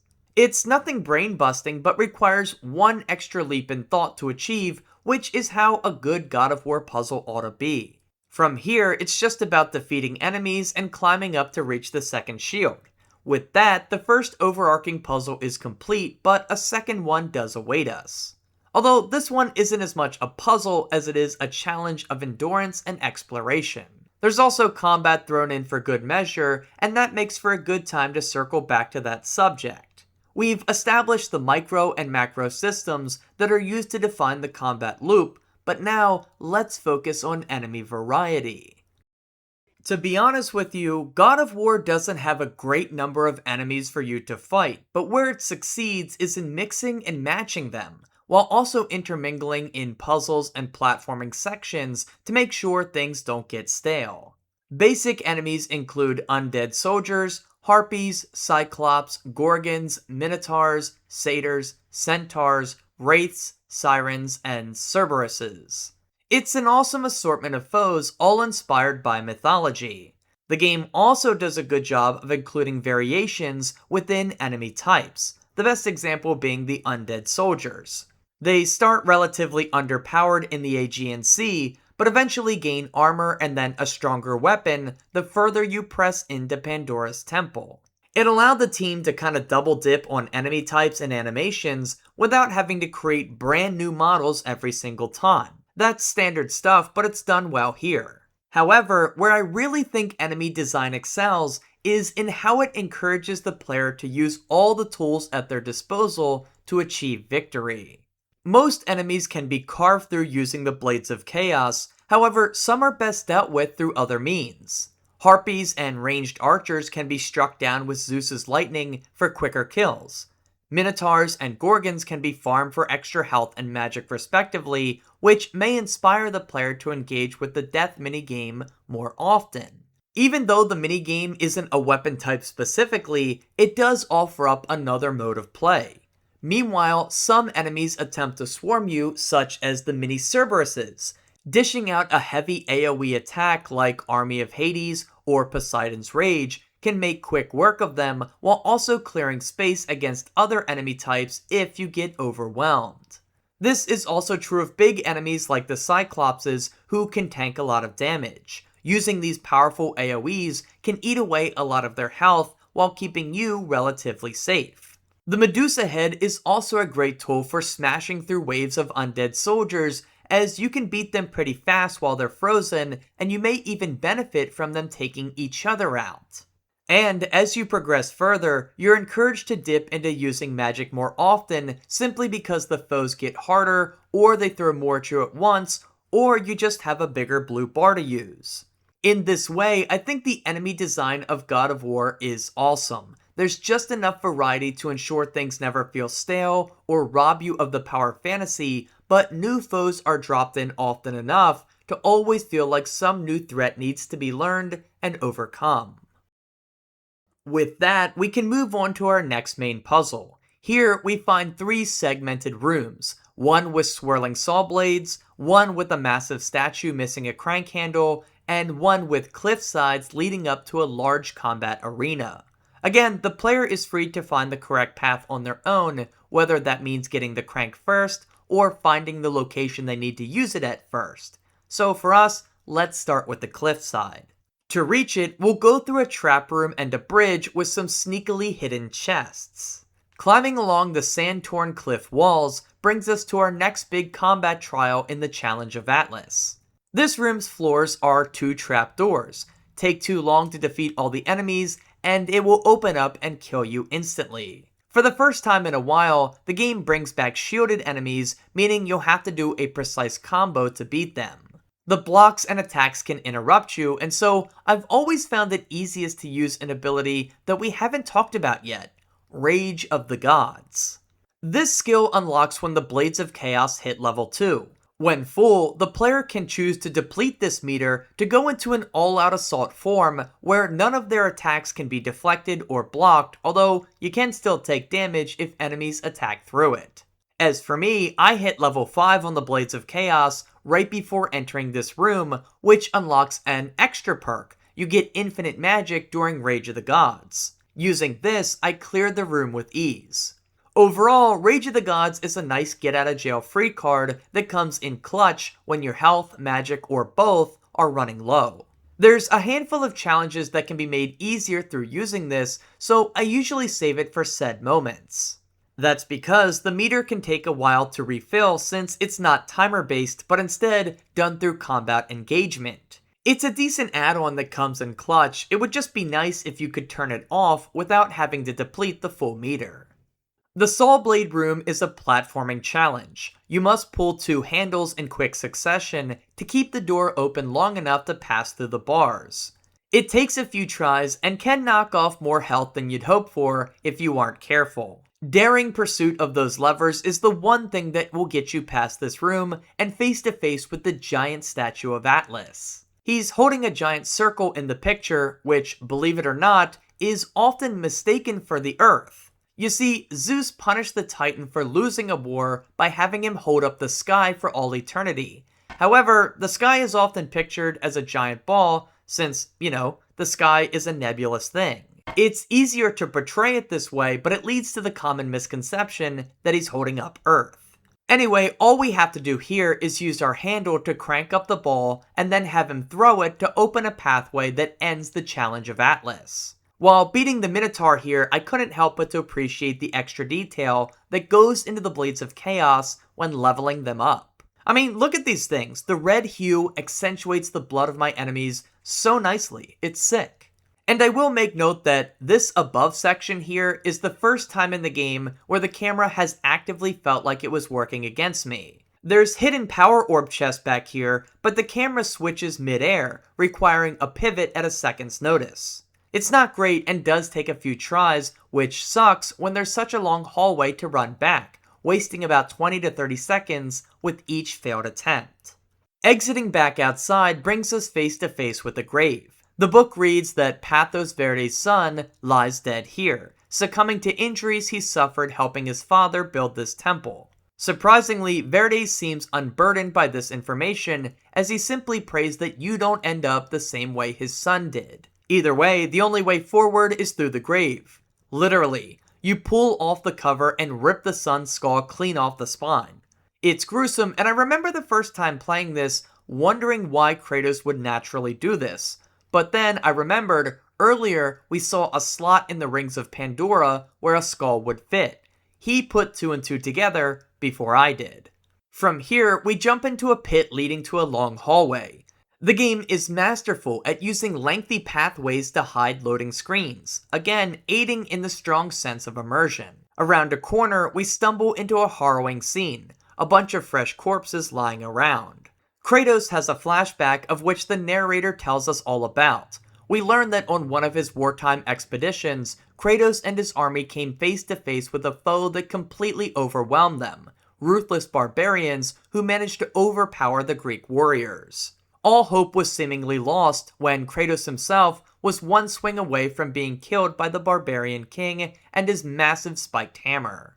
But in an effort to win at any cost, Kratos cried out for Ares, the god of war, to help him at this moment. The clouds part as the cutscene ends, with Kratos questioning what kind of man he's become. To be honest, it's sort of a nothing cutscene. It doesn't push the mystery forward much, since it cuts off before we can see how Ares aided Kratos. I think they could have shown us more at this point, but oh well. Farther down the hallway, we come to one of the best moments in the entire game. On a first run, the player could easily spend 45 minutes to an hour completing the Challenge of Atlas, going through all these labyrinthian-style rooms, unsure of how deep they are into Pandora's temple. Twisting and turning hallways give way to more puzzles and madness. And then, boom, you come to this unassuming little door, lift it, and bam, you're right back in the temple room you found shortly after entering the Rings of Pandora.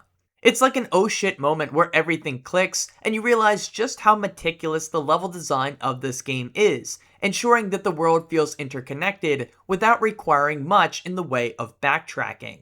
Like I mentioned earlier, it feels like this game was kind of doing Dark Souls level design before Dark Souls, which is awesome. It's like that moment, man, when you come down the elevator in Dark Souls and you realize you're back at Firelink Shrine. This is just super similar. It is such great stuff. As we exit the room, we enter the skull key into the chamber. Immediately we hear something massive moving in the next room. Entering it reveals a giant rolling sphere hell-bent on running us over to make a Kratos pancake. Running away from it eventually leads to a staircase and a short animation that shows what the player is to do. This is one of just a few times where the game points out to the player what they need to do to progress. They don't do it often, so it makes me wonder if, in playtesting, players couldn't connect that they had to walk on the rolling sphere. Either way, this makes it obvious. Running on it isn't too hard as long as you time your movements right, but it certainly feels more precarious than it actually is. The pressure of one slip-up leading to instant death will do that to you. But with that, we've entered our second challenge, the Challenge of Poseidon. You might think that means we're about to go swimming, and we will, but it actually starts off back in the desert. Well, that is after you get a cool shot of the Rings of Pandora to really get a glimpse of the labyrinth that you're stuck in. Back outdoors, and you're out here for quite a while, which is cool, especially the views you get of Kronos down below. It's a good reminder just where all this crazy stuff is happening, adding to the spectacle. Weaving in and out of the temple during challenges also allows for fresh color palettes to be swapped in and out so as to not make the visual palette feel repetitive. While Atlas's challenge blended together its combat, puzzles, and exploration elements into overarching tests, Poseidon's challenge is more segmented. You get a long combat gauntlet to start, and then it's followed by an exploration and puzzle segment. The combat gauntlet is just that, a gauntlet, a tough test of your combat skills, making sure you've been keeping up with leveling up your primary weapons. It starts by introducing a new enemy in the Cerberus, a three-headed dog who's often joined by little minions who can turn into the bigger dog if you let them stick around for too long. Believe it or not though, the smaller pups pack more of a punch than their big bruiser brothers. They attack rapidly and in numbers, which makes it easy to get stun-locked if you aren't careful. This, and the Minotaurs later on this route, prove that positioning yourself smartly is as much of a challenge in combat as is your power and combos. Using the evade maneuver to get Kratos out of the middle of a pack of enemies is often a wise move. After this, we're visited by a few different parades of enemies. First up is a pair of armored Cyclops, followed by 10 archers who you must get close to by pushing a giant rock to block their onslaught, followed by more pups and undead legionnaires. Then we come to what I like to call the risk versus reward room. You can take no risk and simply wait until the door shifts to the exit, or you can risk it and go after all the power orb chests. Take too long to open one and you'll get trapped and insta-killed by the spikes below.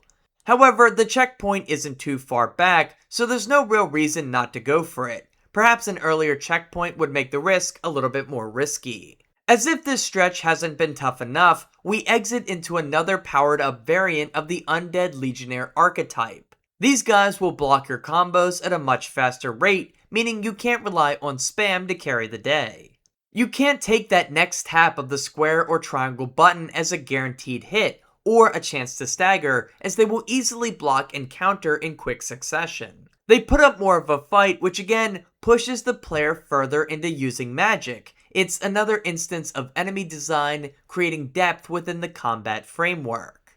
Our final part of this combat gauntlet incorporates a puzzle, perhaps the hardest in the game. We find a room of soldiers, still alive, but trapped in cages above our head. Journeying onward, we find the sacrifice room, where the gods demand a soul to open a path forward. Going back to the lever we found earlier, we can lower one soldier downward. Oh, thank the gods you've come. Break these bars. Get me out of here. Well, what are you waiting for? Let me out. We can find our way back to Athens. The gods demand sacrifice. From all of us. Oh, please. No. No. From here, we have to juggle pushing the crate up the hill while taking on a bunch of the newly buffed up enemies. To be honest, it's one of the hardest challenges in the game because the enemies can block you so often and you may take a while to kill the last remaining enemy. So before you can make solid progress pushing the soldier upward, more enemies will spawn in. It's an exercise in patience and masterful play. In my opinion, it's the hardest combat challenge in the entire game outside of Ares. And completing it doesn't really lead to a feel-good moment either, as you watch the soldier squirm and scream as he's burned alive in the name of progress. Pandora's temple once again testing mental, physical, and spiritual resiliency. Completing this test brings us face to face with a statue of Poseidon, with his trident stuck in a rock below. By claiming it, the player gains access to underwater domains, allowing Kratos to swim indefinitely. From here on out, water will play a large role in completing Poseidon's challenge. While we're here, I did want to briefly talk about how God of War uses Greek mythology as its backdrop, and how it's done super well even here in the first game. Many players are going to have at least a little bit of familiarity with the gods of Olympus. Figures like Zeus, Poseidon, Hades, and more come to mind quickly for many, even outside of this game. Using that for a video game was brilliant because most people are going to at least understand who the fundamental characters are, but they won't have a deep grasp on them. What this allows for is the team at Santa Monica to twist and tug at the mythology, making the ironclad tales more malleable simply because many players aren't going to know the stories 100% accurately. And even if they did, it never hurts to use an awesome setting as a starting point and then molding it to meet the needs of your game. Jaffe talked about this in his interview with IGN, saying that, quote, "Fun and coolness are our barometer, not historical accuracy," end quote, in regards to how the team handled the ancient stories. He was inspired by Edith Hamilton's book on the subject simply titled Mythology. Through the lens of a video game developer, many of the stories seem like ideas that could easily be translated into a video game, whether it be for mechanical or storytelling purposes. There were so many footnotes to borrow from that it seemed Jaffe and his team would have infinite possibilities for their game. Still, what I appreciate most about the original God of War title is that it doesn't try too hard to be a game about Greek mythology. This is Kratos' story being told through that lens, not a tale about Zeus, Kronos, Poseidon, Athena, Hermes, or anyone else on that massive roster. The game doesn't bog down the adventure by trying to explore the other gods, realizing that it would be a disservice to do so. Push forward in fast and furious ways is the mantra of this first entry, and so stopping players to be like, oh, here's what Zeus's personality is like, or here's what Ares did before he met Kratos, none of that would really fit. Instead, the game allows these elements to exist in the background, giving you small snippets into the nature of the gods through the actions and tasks that they put onto mortals. Whether it be Kratos, Pathos Verdes, or even the Gravekeeper from earlier. They focused on making God of War about Kratos first and foremost, as well as making just a super fun game, allowing for more mythological exploration to take form in the sequels. By getting the balance right on their first go-around, and just focusing on creating a fun and awesome hack-and-slash action adventure, it ensured that players who were hungry for more would be willing to dive deeper into the mythology after getting a small taste of it here. As you've certainly seen by now while I've been yapping, there's a lot of swimming during the challenge of Poseidon. It's a decent change of pace, as these sections are more about exploration, and there is a ton to find. There's a bunch of hidden power orb chests that reward a lot of experience, but also naiads, children of Poseidon, who will grant the player a single phoenix feather if they manage to embrace 2 of them. Kratos, being the man seemingly no woman can resist, manages to get these hugs on demand. And with that, I reach the max rank for health and magic that you can achieve without a special room we'll talk about more later. Anyway, the game does a good job of getting Kratos in and out of the water at a decent rate, often breaking free of the tides to pull levers or pulverize enemies, or I guess pots in the case of this room. This long hallway of pots just seems like an Easter egg to me. It feels like a wink and nod from the developers encouraging you to break environmental objects, not just because it's satisfying, but also because they too provide red orbs. You'd be surprised how many orbs you can get throughout the game simply by destroying breakable objects. One final swimming section sees you having to platform between safe spots as giant metal spikes attempt to crush you into the wall. This can be a little finicky as you have to cut some of your swim dashes short just to start another to make it through in time.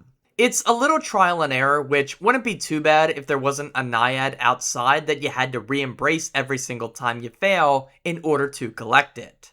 But after that, we arrive at the finale of this challenge already, the curse room of Amphitrite, Poseidon's wife. There's a few minor combat encounters here, but the real puzzle is trying to figure out how to escape. A lever moves some underwater platforms upward, allowing you to reach the hint that there's a secret exit.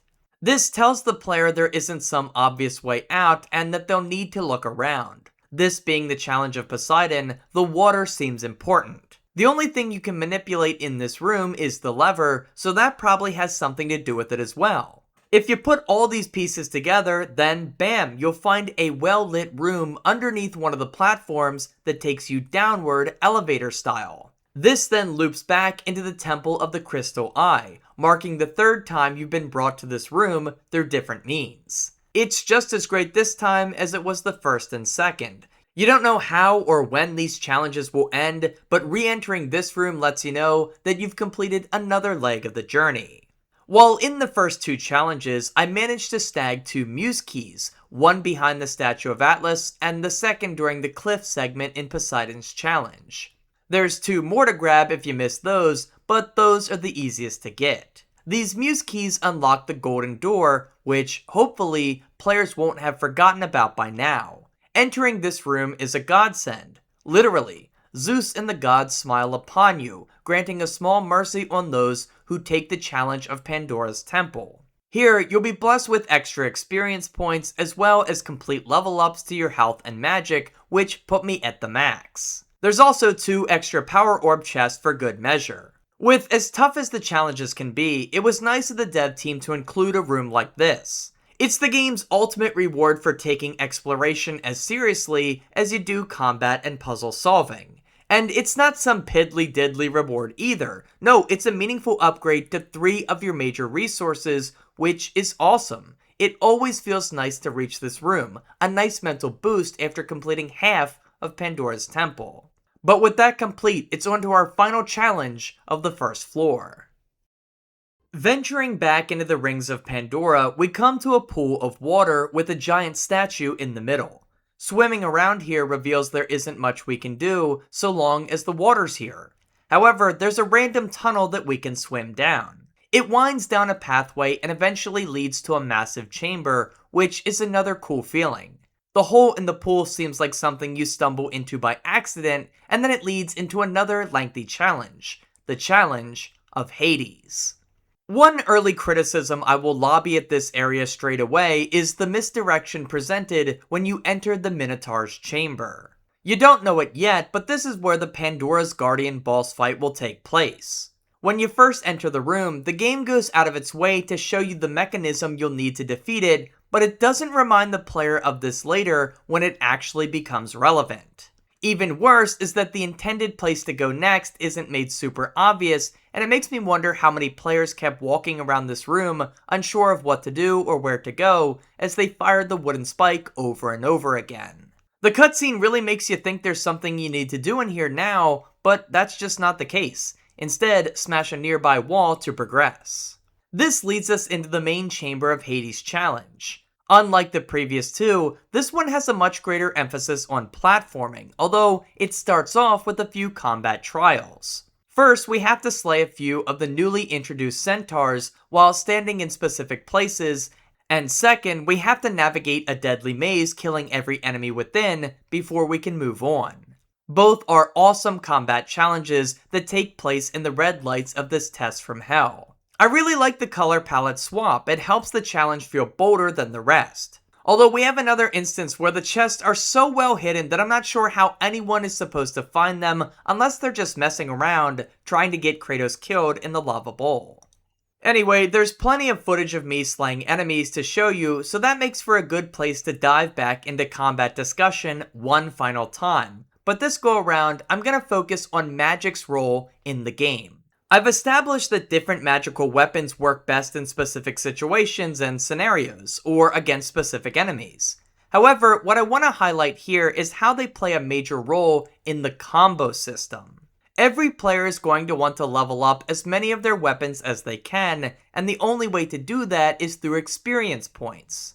You can of course find power orb chests throughout the game to grant you bonus XP, but a majority of it will be earned through direct combat. Killing enemies rewards a specific amount, but this number can be further enhanced by performing combos. Starting with 10 consecutive hits, it rewards the player with 2 bonus orbs on top of what they earn from slaying a beast. From there, the bonus orb amount increases for every 10 hits the player lands successfully without taking damage or breaking their combo by missing or taking too long. The max for this is 1,000 hits, by the way, which rewards 300 extra red orbs. Now, in normal casual play, no one is going to reach that number easily. However, it is easy to push into the triple digits by using magic. You see, while Kratos' standard attacks can build up a small chunk of combo hits, it'll break quickly if all the player does is spam the square button. You might reach 10 to 12 hits before something breaks the combo. Therefore, the easiest way to extend your combo is by working in magic attacks, especially those AoE variations like Poseidon's Rage or Army of Hades, both of which can rack up a ton of consecutive hits if enemies swarm you on all sides. The player is rewarded for doing this by receiving the bonus experience, but it also fits so perfectly into the combat framework because it aligns with the main goal of giving the player a power fantasy. It looks sick as hell to shock all the foes around you or summon the army of the dead to do your bidding. It's providing an intrinsic reward derived from the satisfaction that magic brings to combat, but also extrinsically rewarding you by giving a tangible reward in the extra power orbs. Now, I will admit, magic isn't perfectly balanced. Besides that point I mentioned earlier about getting the infinite magic glitch, there's also a ton of magic chests throughout the game, meaning you won't often find yourself hurting from a depleted blue bar. When one major fight ends, you'll often find another ration of magic before tackling the next, which can make it feel readily available and less consequential to use. Again, I think that's done to promote the power fantasy, but for how powerful magic is, you can use it almost whenever you want. Those powerful AoE spells can single-handedly delete every enemy on screen at max rank, no swinging blades required. That does feel a little broken, especially when another round of blue juice awaits around every corner. However, one item in particular, the Medusa head, does have an issue that goes the opposite way. Early within the challenge of Hades, I maxed out the Gorgon head, meaning I could use a new move called Gorgon's Rage. This powerful ability will freeze all enemies around you in place at once. Sounds good, right? Well, the downside is, it'll cost you your entire magic meter to use, which is absolutely absurd. The Medusa head is a powerful way of earning extra power orbs, but losing your entire magic bar to use its most powerful ability is overkill, especially because players most likely won't be able to shatter every enemy before they break free. I don't know, that one always struck me as odd. But overall though, I do think magic is a perfect inclusion for this series, despite it not being balanced super well. It's tipped in the player's favor, perhaps a little bit too much, but that's better than going the opposite way, which risks hurting the power fantasy of the gameplay. Not to mention, Greek mythology has so many cool abilities that working them into the combat is exciting for players. You never know what cool toy you're gonna get next. As we emerge from the maze, we find a button. Pushing it raises a statue of Hades, which can then be activated and turned to shine a bright light into the tunnel we couldn't enter before, Ode to the Darkness. This kicks off a lengthy platforming section where the player must navigate rolling balls and narrow pathways to press on. To be honest, it's kind of a step down from the awesome combat sections we just got, but again, part of that is due to God of War's platforming being a little janky. It starts with the rolling rock puzzle where there's 9 exit doors, but only one of them leads to the correct path. The others are all dead ends. However, it's the same exit door on every playthrough, so this challenge only manages to be tough once, at least in theory. In reality, there's a decent chance that casual fans of the game, like myself, are gonna forget what door it is between playthroughs. So overall, I think it does hold up pretty well, and that's mostly because you can feel the danger imminently. It is rolling right in your face, and it feels like a total threat. Seriously, having to roll through the fiery rocks is just a great spectacle moment, as they feel so much larger than Kratos, able to crush him easily if he isn't careful. Smartly though, they aren't one-hit kills, instead they just chip away at your health, the real test being your endurance. Can you find the door before your health withers away? Up next, we come to a few more light combat rooms. It was here where I finally decided to give the Blade of Artemis some opportunity to crack some skulls. Look, this is probably the thing in God of War that I've explored the least, simply because the Blades of Chaos are so much fun given their power and range. You lose out on that range with the purple blade, but the trade-off comes in the form of extra stagger damage. This allows you to stun enemies far more frequently, which lets you chip away at their health at close range. What I will say is that I love the inclusion of this thing, even if I don't personally use it all that much. It gives the player an alternate melee playstyle if they're looking for a way to put a new take on an old classic. The only downside of that thought process is you don't get it until 40% of the way into the game, meaning that newfound enjoyment can only last from the Temple of Pandora onward. Still, it's clear the team didn't half-ass this weapon, as it has its own combos and animations that continue to preserve Kratos' badassery. He looks tough as hell holding this giant sword over his shoulder as he runs along. It's a cool tool that I at least wanted to give a shout out in this video. From there, we reach another platforming section, by far the game's toughest so far, but it will be outdone later. Navigating these narrow walkways means avoiding swinging propellers that aim to knock you off. There's a bunch of extra red power orb chests to grab up here if you explore, and thankfully they aren't really off the main pathway. The problem here is that your jumps have to be precisely timed, or else you will get knocked off, forcing you to restart at the beginning. Also, the platforming feels a lot trickier when moving from side to side rather than backwards to forwards. That's due to the depth perception that's harder to gauge from moving sideways, and this section isn't afraid to use it often.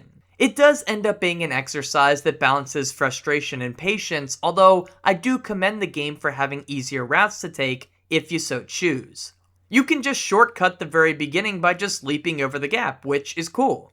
It's also nice to get an overhead shot of the Hades statue down below, keying you in on how high up you really are. This section can be a little tedious, but it's nothing compared to the beast we'll see at the end of the game. After reaching the endpoint, we come to a giant mechanism. Spinning it unlocks the door we saw earlier when first entering the challenge of Hades. Clearly, it houses something massive, as the wooden doors get belted by a huge force on the other side, testing the endurance of the metal chains. The music picks up too, which is a great indicator that we're about to get into a massive fight, something we haven't seen since encountering the Hydra at the end of the tutorial. With the pathway back to the challenge of Hades blocked off, which kinda sucks because I missed a few power orb chests, there's no real direction to go now except for right into the boss's arena. The fight against Pandora's Guardian isn't too bad, but like many things in God of War, the game isn't going to hold your hand and tell you what to do. There's like a hazing ritual in these games where you have to earn your stripes on your first playthrough, figuring things out for yourself. In that way, the fight can be a little frustrating, but listening to what the mechanics are telling you goes a long way. As the giant armored beast busts through the wooden door after being trapped in it seemingly for a long time, it comes face to face with Kratos. Now, that's a pretty rough deal.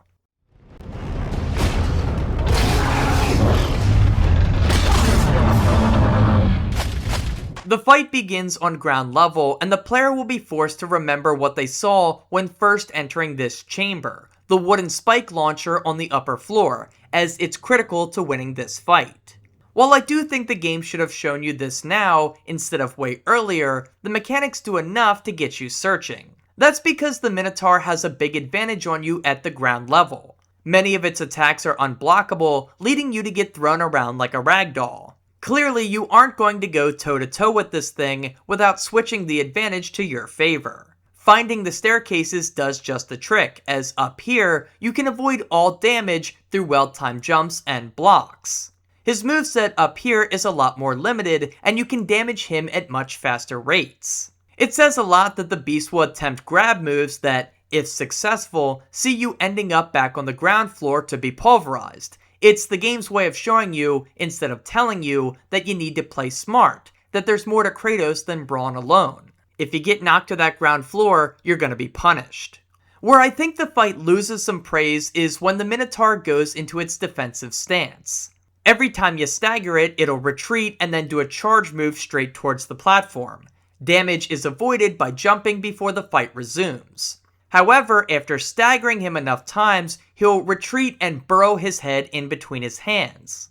A circle icon appears over him, meaning you'll have to get close. The gap is big, and the timing to start the minigame is a short window. It's very easy for that window to close with you at the ground floor, meaning you have forfeited your advantageous position for nothing, because you didn't reach it in time. I think the window should have been extended a little further, or there should have been a better visual tell to inform the player on when the beast will retreat.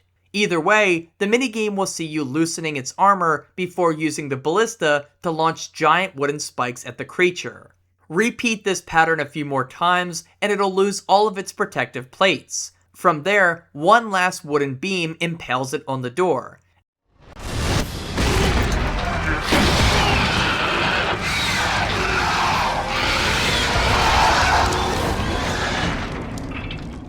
As it dies, it kicks a hole in the wall, allowing us to get through. It's sweet that you can inspect the beast, seeing the results of your chaotic handiwork now that the dust has settled. From here, we'll venture upwards into an elegant chamber, collect another sun's head as Pathos Verdes shows signs of doubt, and then head back down. As we do, I wanted to mention one of the easiest criticisms that often gets lobbied at God of War 1, the lack of boss fights. There's only 3 in the game, the Hydra, the Minotaur, and Ares. Personally, I don't find this to be a big issue, but simply something that could be addressed easily in later games to rectify things. In fact, I think the pacing of God of War 1 is helped by keeping the boss count low.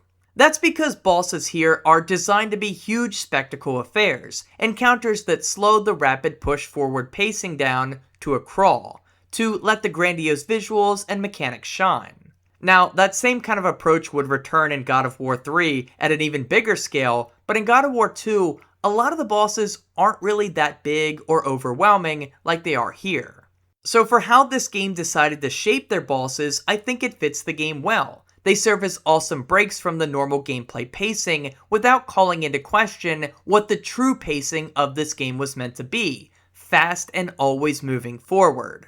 If you included double the amount at this same scale, they might lose their luster. Although I will concede, I think at least one more would have been nice, especially if it was placed at the end of the Temple of the Oracle or at the sewers. It seems like a great spot to plop something like that in.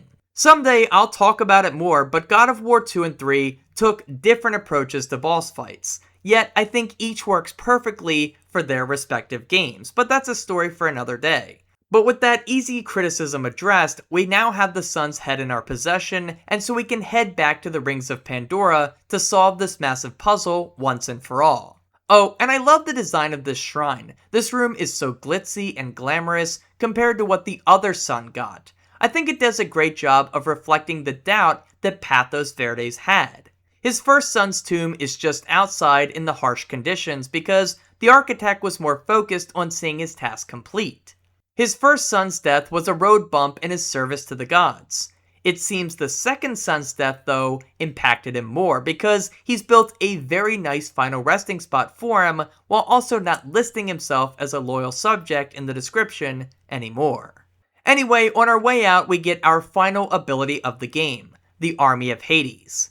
This ultra-powerful AoE attack spawns in the souls of the dead, using them to attack enemies, launching them into the air, and allowing for further combos. Like I said earlier, this move is borderline broken, especially when leveled up completely since it pretty much plays the game for you. Many enemies will be downright bodied completely solo by these souls. Again, the point of the game is achieving a power fantasy, and higher difficulties exist for those who want the challenge, so when it came time to balance things, it seems like the studio leaned into the player's favor more often than not.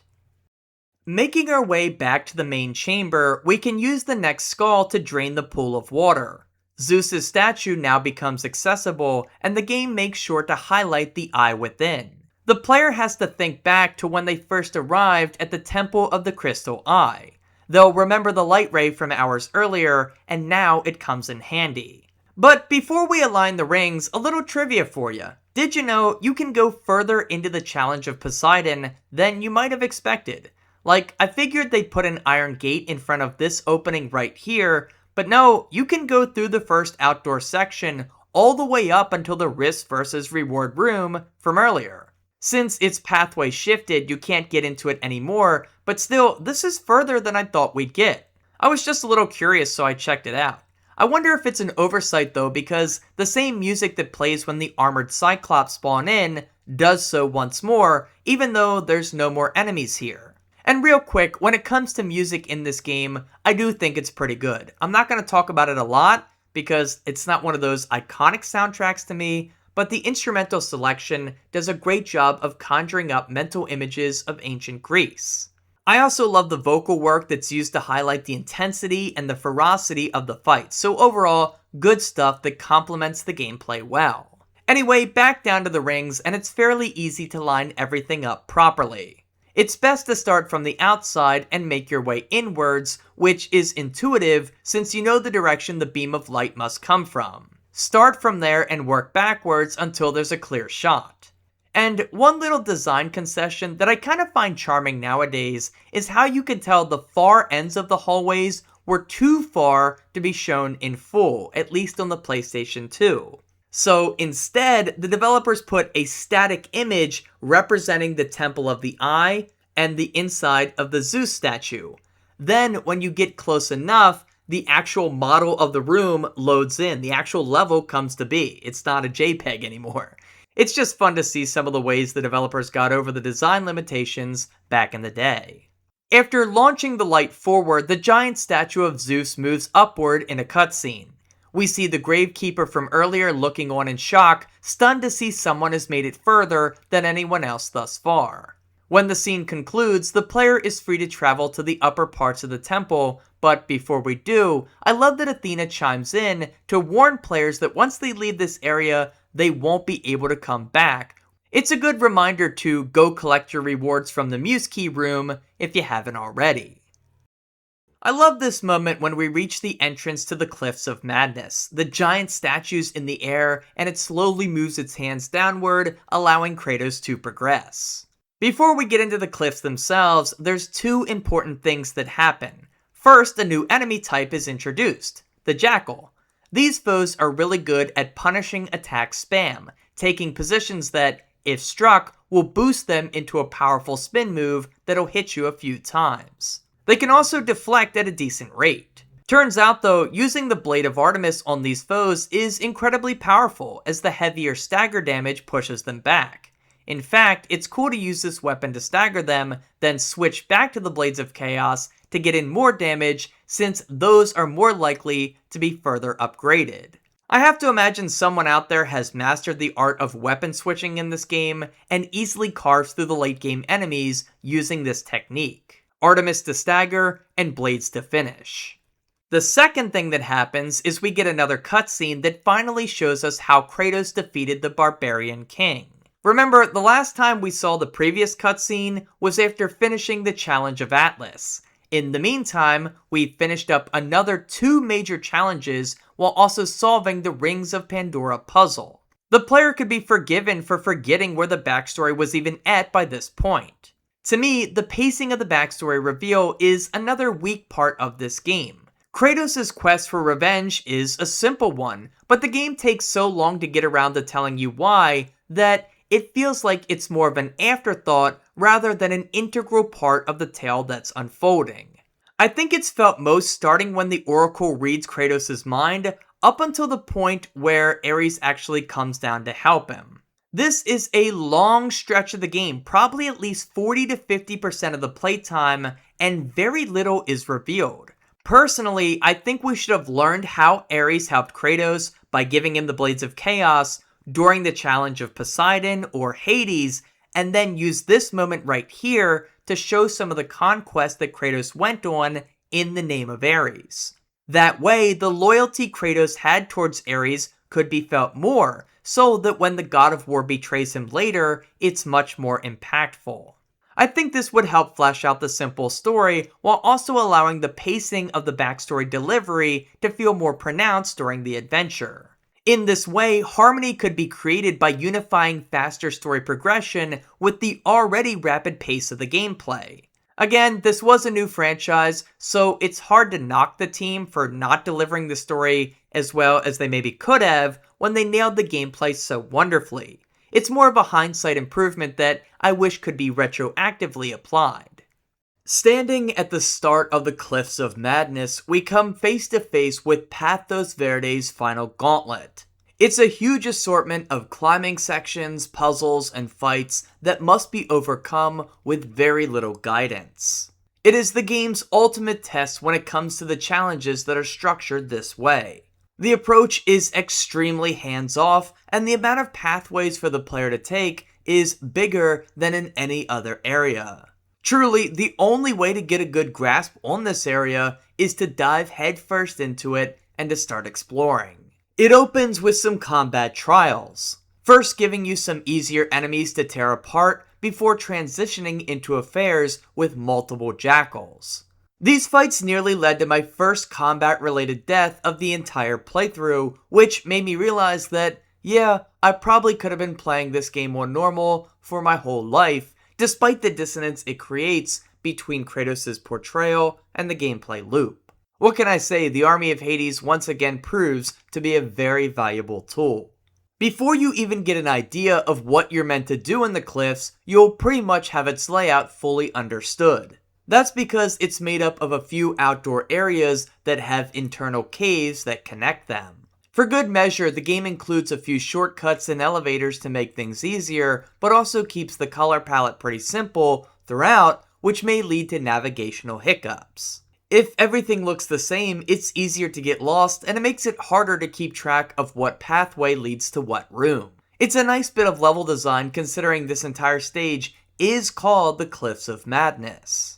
Ultimately though, the player will stumble onto a path that leads to the end goal of this assortment of puzzles. They need to find 2 necklaces to place on these statues to continue onward. Because of great level design, there's a chance the player may have 0, 1, or 2 necklaces by the time they reach this point, which proves how open this segment of the game really is. I always like that design detail.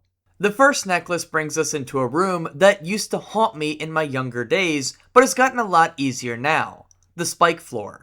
In it, you have to open a door, which starts a timer. There's a boulder here that you have to push around the cave and leap on top of to reach a platform before that timer runs out.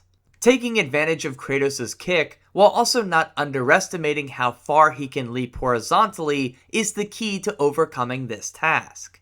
If you do fail, you'll be impaled and killed without even so much as a unique animation. It's one of the few times the dev team really slipped up on the animation work. I managed to do it on the first go this time, which was clutch. As I grabbed the necklace, I did want to briefly comment on something I feel maybe is a continuity error. This room is littered with dead bodies, but it seems to me that we're the first person to ever reach the Cliffs of Madness, given we raised the Zeus statue.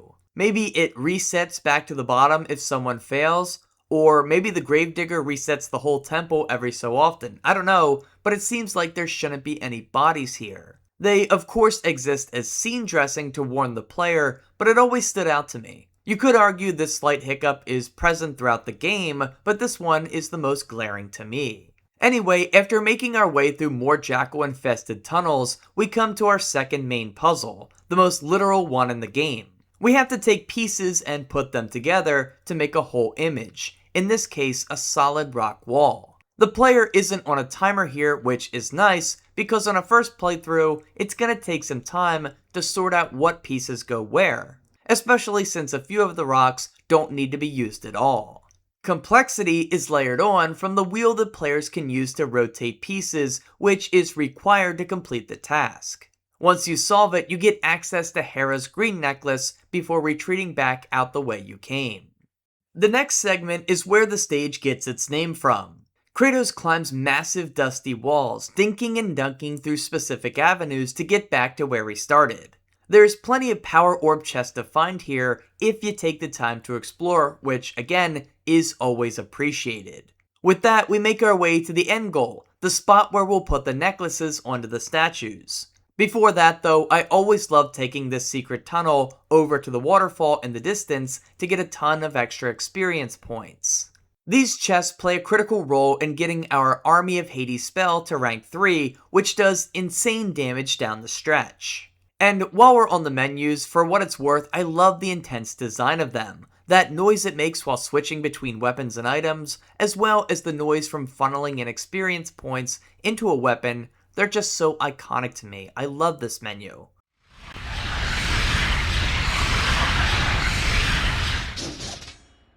Although it does take way too long to transfer a large amount of experience into a weapon. Crossing the path, we get another cutscene commenting further on Kratos' backstory. We see small snippets of damage he inflicted while serving as the pawn of Ares, however, there isn't much concrete about it. A few more smaller stories to detail this time in Kratos' life would have meant more than just seeing him kill a few innocent people in rapid succession. Again, I just think the delivery of this backstory could have been more fleshed out and distributed better across the game. In game time, it's been like 30 minutes since we got our last major cutscene, but before that, it was hours. It just seems a bit off. Regardless, the most important part of this cutscene is that it shows the final assault Kratos would ever make in the name of Ares. He's sent to a village and told to destroy everything and everyone there. Kratos and his hellbent army lay waste to the town, but one building yet stands, the temple. The local oracle warns Kratos not to go inside, but driven only by rage, he goes against her word and slays all inside. We're not told yet who Kratos' final two victims are, but it's clear that, whoever they are, it struck a nerve so deep in him that he flipped his allegiance. He vowed to stop serving Ares and goes so far to promise his death. It's not hard to tell that these two characters are his wife and daughter, and I'm not sure why the game doesn't tell you this yet, instead saving this for another reveal later on. By splitting the moment, it does kind of cheapen the impact, for me at least, making the storytelling weaker than it could have been.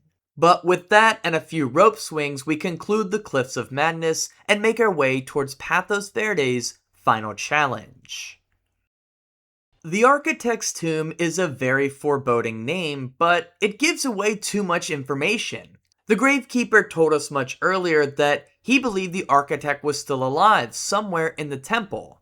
But this title card, yeah, that just kind of throws all that hope of meeting him right out the window before the reveal can be done naturally. It's kind of a shame. As for the puzzle itself, it's a few separate pieces working together in harmony with a little bit of platforming thrown in for good measure. The player is first introduced to a button that partially opens a door. Besides the problem of it only getting a third of the job done, it also includes a massive gap with spinning saw blades whizzing back and forth.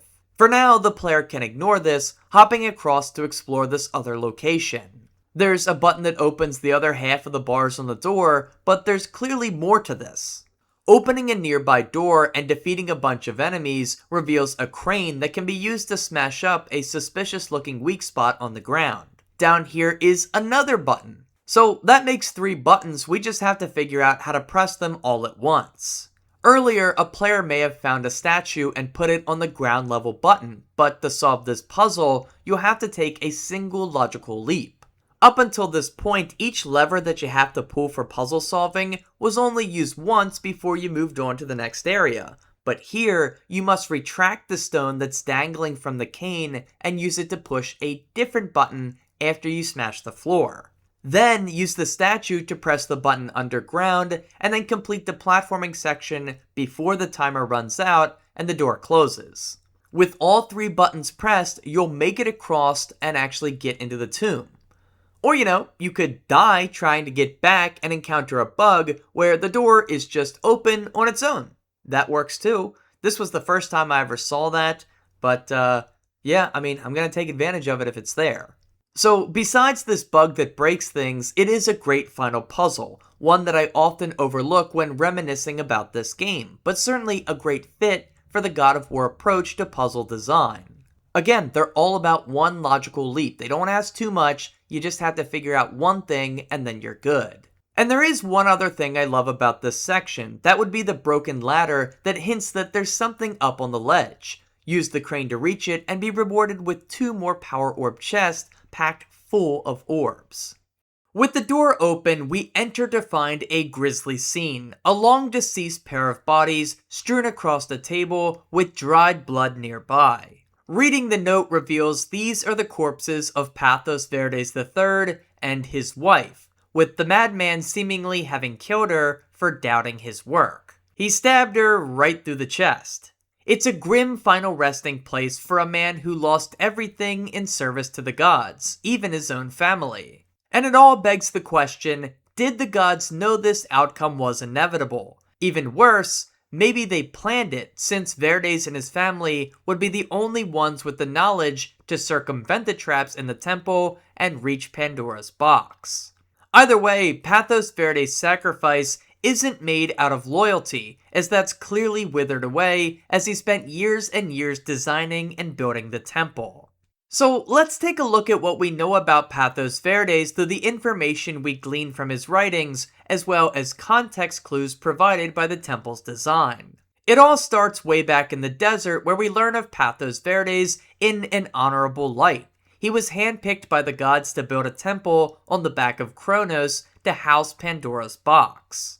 Being selected by Olympus must have been a joyous occasion for the pious Pathos, as he viewed himself as a loyal subject to the gods. With a little extra help from the creatures of Olympus, construction began immediately, with Pandora's ring being the first major hurdle for Pathos to construct.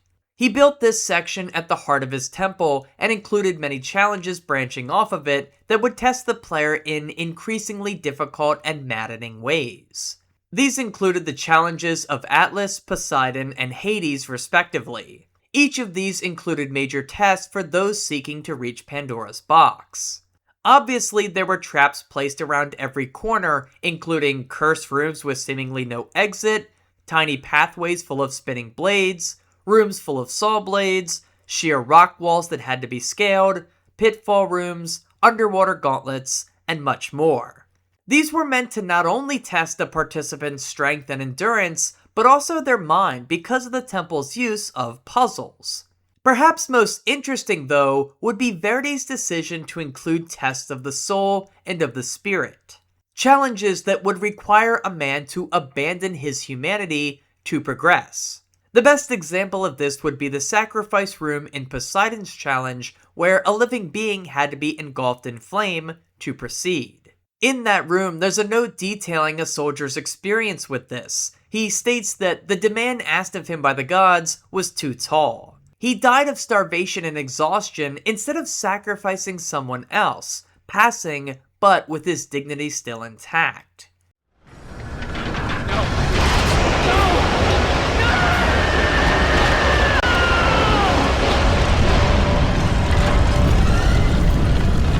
But that's not what Kratos does, which says a lot about him as well. Regardless, the nature of the test proves that Pathos Verdes was a bit of a sicko, dreaming up the most insane traps he could, testing not only strength and wit, but also a person's morality. It's a big reason for why I love Pandora's Temple so much. Its design is pure insanity. However, somewhere along the way, things started to unravel for Pathos Verdes and his family. His sons were aiding in the construction of the temple, but one by one they would pass away. It would seem one son passed during the construction of Atlas's challenge, as his body was given a burial ground at the conclusion. Interestingly enough, Pathos Verdes still described himself as a loyal subject to the gods on the epitaph, showing that the loss of a child didn't deter him from his spiritual work. His son's loss would not stop him. If anything, he viewed it as another test by the gods. In a demonstration of faith, he designed lock and key mechanisms into the temple that would require this skull to be unlocked. Once again, it forced the temple challenger to do something unspeakable, defile the grave of the departed. It was another test of morality meant to keep people away from Pandora's box and making Pathos Verdes look all the more successful. As construction continued, Pathos Verdes would go on to lose his other son, most likely during the construction of Hades' challenge. An elaborate room can be found at the end containing his grave. The player repeats a similar process here, yanking the skull clean off. Still, what's most telling is that on this epitaph, Verdes doesn't list himself as a faithful servant to the gods anymore. He simply signs his name and mentions that the death of both of his sons has started to eat away at his faith, creating doubt in his mind. From here, the architect would continually fall further and further into insanity, losing his mind and building more extreme traps, highlighted best in the Cliffs of Madness. He admits that he is no longer faithful, referring to himself as a once loyal subject to the gods in the notes.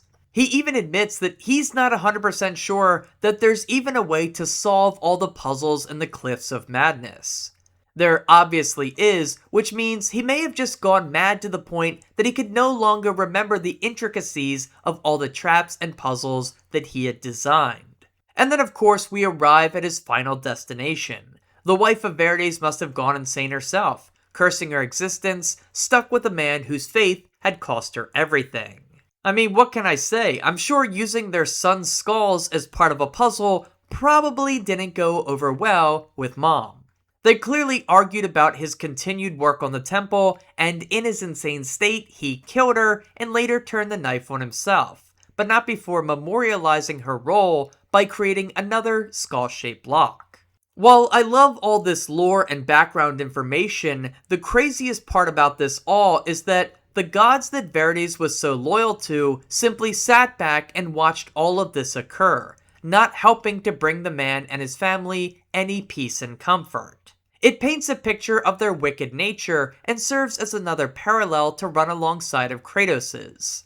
It confirms that the treatment Kratos received from Ares, as well as the cruel trick Athena will play on him at the end of the game, are not one-off occurrences. The Olympians are deceitful, manipulative, selfish, and uncaring, something that will be used to drive further conflict in the sequels. I love how it's established here, existing in the background, ever present, but not in your face. Their true nature is told with a beautiful subtlety that will become a lot more in your face during the opening hour of God of War 2. As we approach the mountain depicting Zeus's face, which is one last tribute to Olympus from Pathos Verdes, we come to our final challenge in Pandora's Temple. I'm sad to see it go, but damn if this last test isn't tough. We're stuck on conveyor belts while being hounded by flying enemies. Take too much damage and you'll get swept away and crushed. And if you take time for safety by standing on the platforms, be mindful because they aren't safe at all. Stick around too long on these and a flamethrower will come out and incinerate you. It's a wicked final trap, a true test of endurance and strength. And after all of that, we're greeted with a single image. An image of a man fighting Zeus. Huh, wonder what that could be about. Perhaps Pathos Verdes painted it himself as a representation for his lost faith with Olympus. Sure, it's an image of the future, but perhaps it reflects what Pathos Verdes secretly hoped would happen since the gods had ruined his life. It's obviously hinting at Kratos clashing with the King of Olympus, but I like that it has some in-universe explanation for even existing. But with that, we take our final steps in the temple, finally reaching Pandora's box. It is a decadent room that's amazing to enter into. After all the work, we finally reached our goal. As the floor descends, we end up back at the beginning, which is awesome. Again, the looping level design never fails to disappoint. Athena tells us to bring the box back to Athens, where we can use it to destroy Ares. As we drag it along, the player begins to wonder, how exactly am I getting this thing all the way back? That was a pretty long walk to get here. Just at that moment, a cutscene plays. In Athens, Ares sees that Kratos has completed the task and launches a giant wooden spike towards him, impaling the ghost of Sparta, much like we did to Pandora's guardian. In his dying moments, Kratos sees his failure before him, but is once again reminded of the brutal images he's been talking about since the very beginning of the game. Here, we finally get the big reveal that it was Kratos' wife and child that were killed at his hands in the temple. A temple he had been commanded to kill everyone within by Ares. It was a trick by the god of war to unlock Kratos' full rage, removing the one thing he felt was holding him back, his family.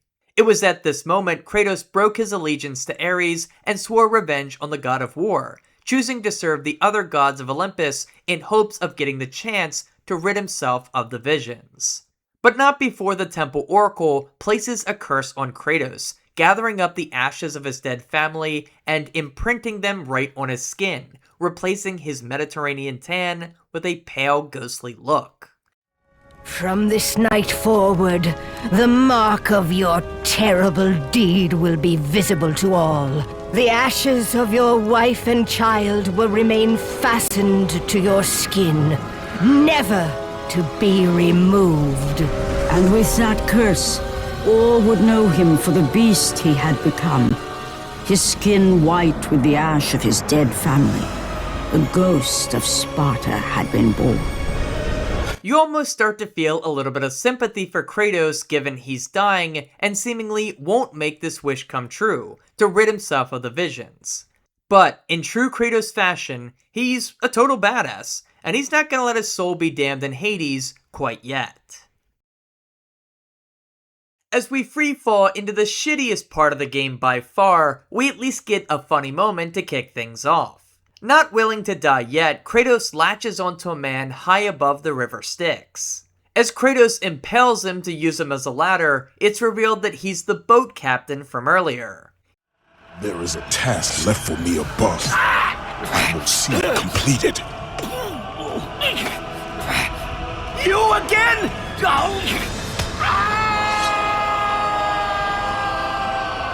He recognizes Kratos, and doubling down on his selfish and angry nature, the ghost of Sparta once again forsakes this man, kicking him into the pits of hell. It's an awesome callback, I love it.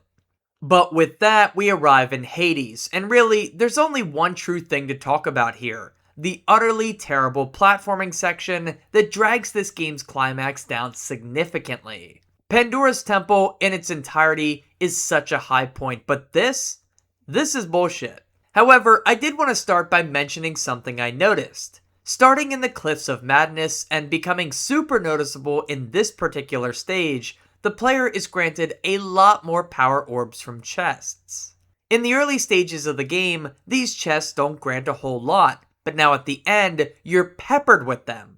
I guess they wanted players to have a chance to max out all of their weapons before the final boss fight, but it does come off as a little bit of a balancing issue.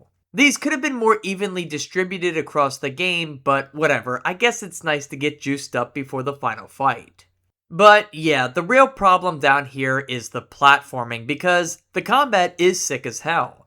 Taking on the dead versions of the enemies you beat up above is amazing, especially with the fiery visual effect they gain down here. There's some tough fights, but there's enough magic to make them a breeze, which is a little anticlimactic. Anyway, back to the platforming, and yeah, it is atrocious. The beginning part with the spinning blade pathways you must walk on is hard, but it's manageable if you're not interested in getting all the power orb chests. I had everything maxed out, so I skipped most of them because going for any just led to pain. I mean, having to walk back towards the screen, not being able to see all the visual information that you need, is a pain.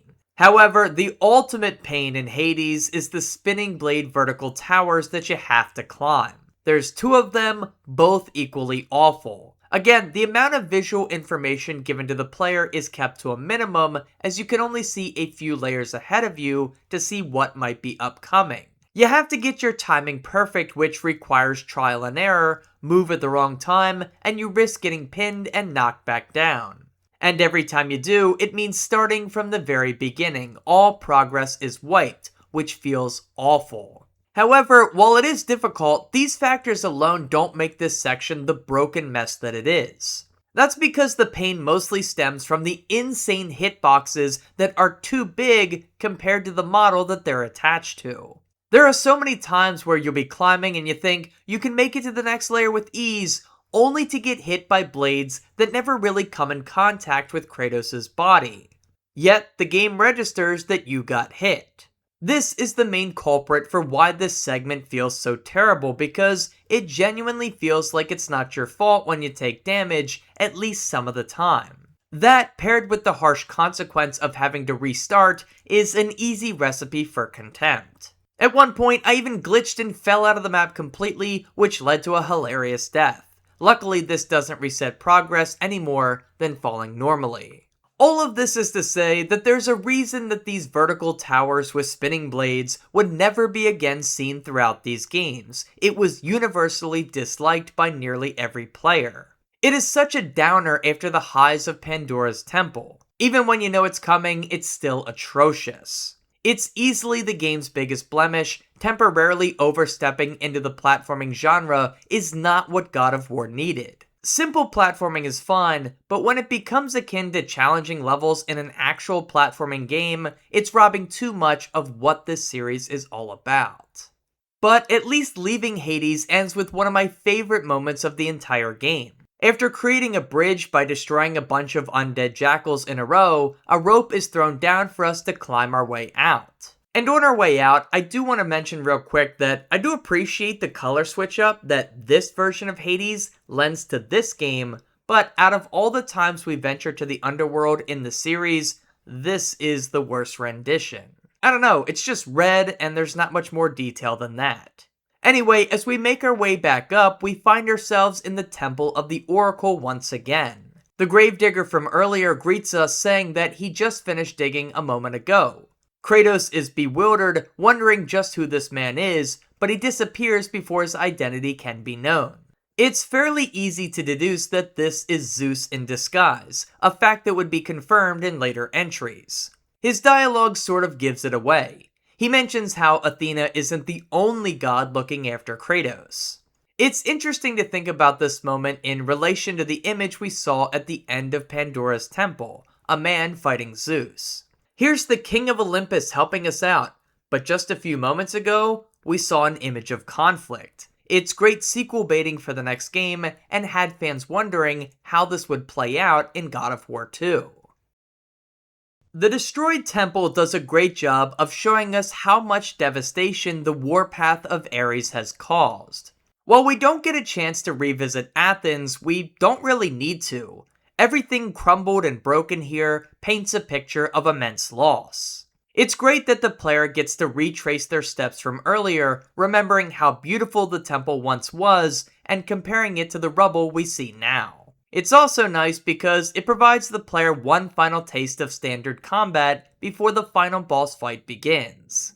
You go through the Harpy Room, the Rafters, and the Temple Gardens, defeating a bunch of enemies in quick succession. This includes armored Cyclopses, Gorgons, Archers, and Minotaurs, who all fall relatively easily now that Kratos has had nearly the entire game to power up.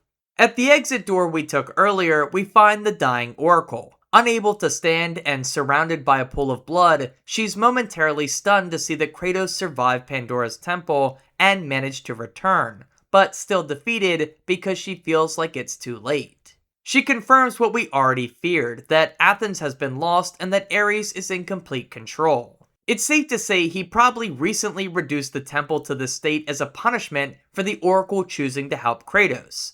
It gives you a cue to be on alert because he's probably lurking nearby. As we top off on health and magic, we emerge from the tunnel to find Ares in all his glory. He reveals what the mythology already tells us, that his father is Zeus, and in a true-to-nature moment, he threatens to use his power, along with Pandora's box, to overthrow Olympus. He then notices Kratos and scoffs at the notion that this is the best threat that they could drum up against him. While still distracted, Kratos uses Zeus's lightning to break the chain holding Pandora's box. He leaps down and opens it, and the magical power inside, well, it makes him big. I don't know, I always thought this was a little bit goofy, but I guess it is what it is. The fight then begins, and let me just say this, I think this fight sucks. This was the first time in the entire run that I missed playing on the easier difficulty because Kratos getting his ass kicked repeatedly just shatters the illusion of him being this badass soldier so quickly. This fight is just tough, even here in Phase 1. You can spam magic, but it won't stagger Ares like it does other foes, and he often attacks right through it, which is impossible to see if you're using moves like the Army of Hades. There's just so much visual clutter. But after some effort, he goes down. Before Phase 2, one final complaint I'll lobby against this game's combat is the QuickTime events actually. I do love them for the most part, and I'm glad they became a staple of the series, but their first iterations here aren't as fine-tuned as they should be. Some of them require really quick timing from the player, especially against the armored Cyclopses. That's true once again here in the Ares fight, where circle button mashing gives way to a prompt where you must press square or triangle instead. It's easy to screw this up and get punished as a result. They would go on to fine-tune these sequences in later games, but it just isn't as good as it needs to be here.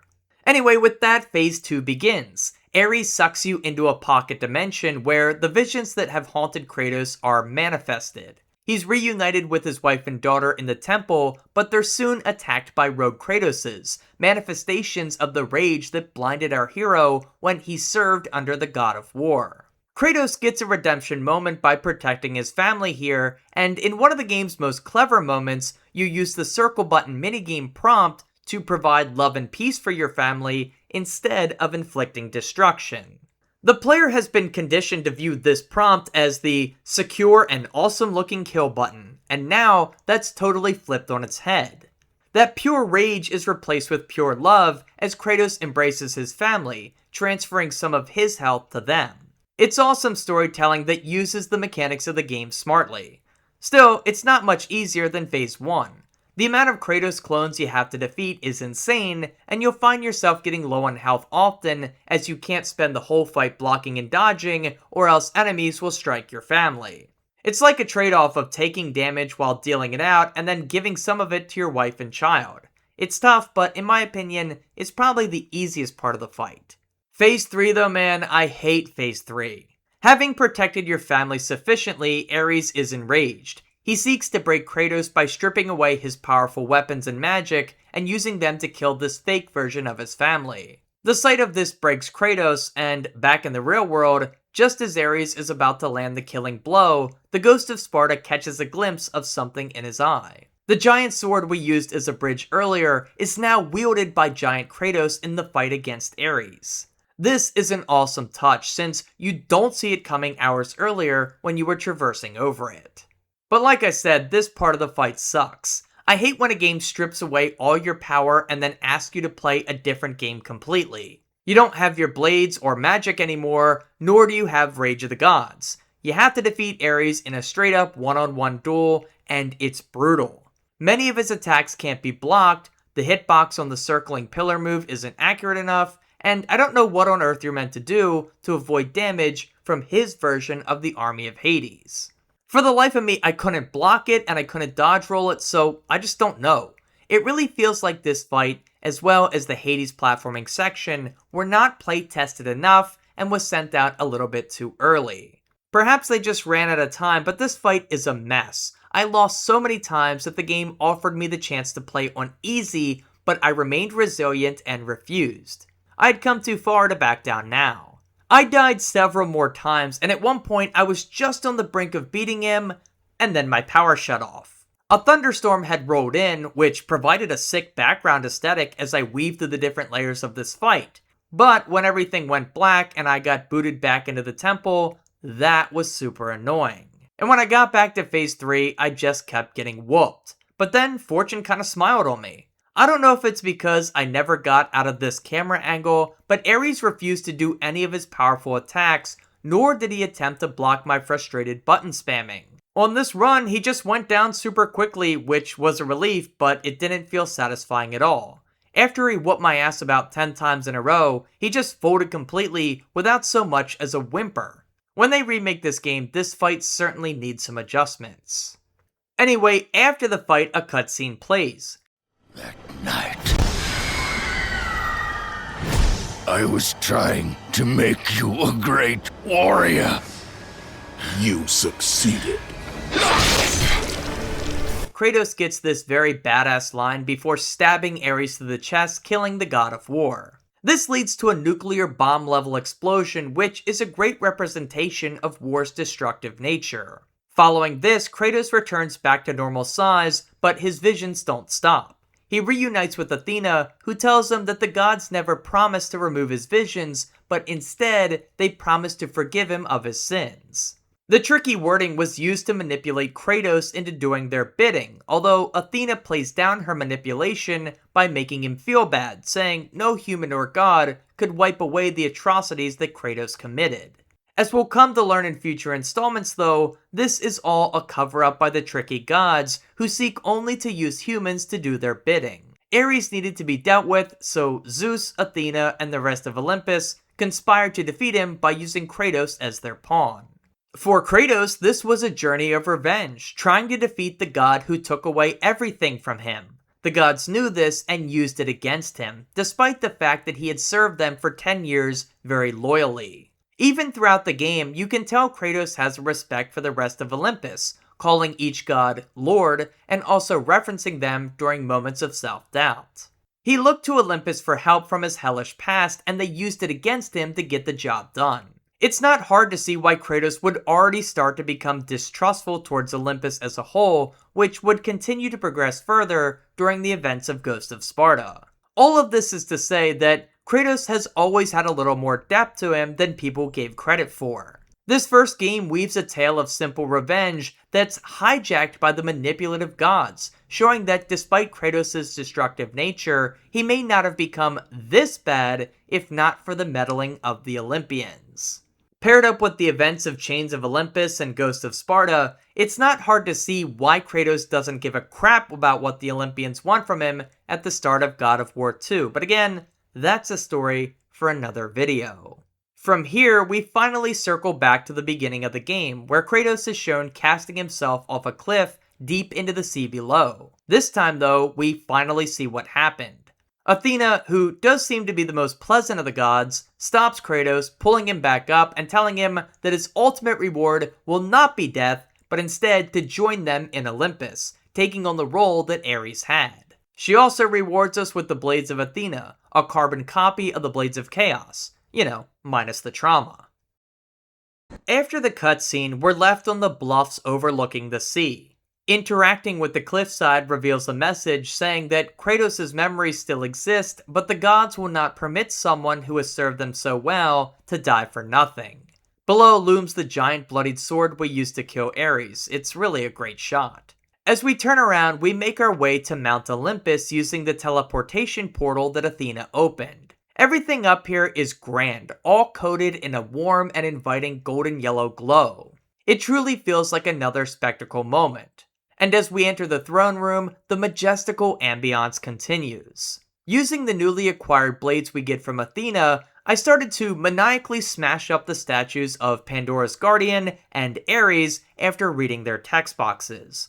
Real ones know what I'm doing, and so will you in a minute.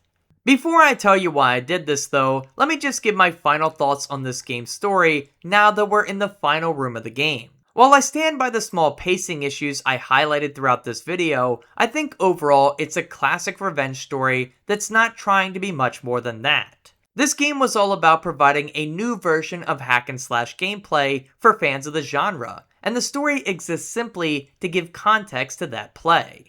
Kratos appears to be a relatively straightforward and simple character, but when you learn about his tragic backstory through the slow reveal, you kinda come to see why he's so violent and destructive. Him being tricked into killing his whole family is a straightforward path to a revenge tale, but it works great for this game that wasn't overly concerned about exploring the psyche of this character.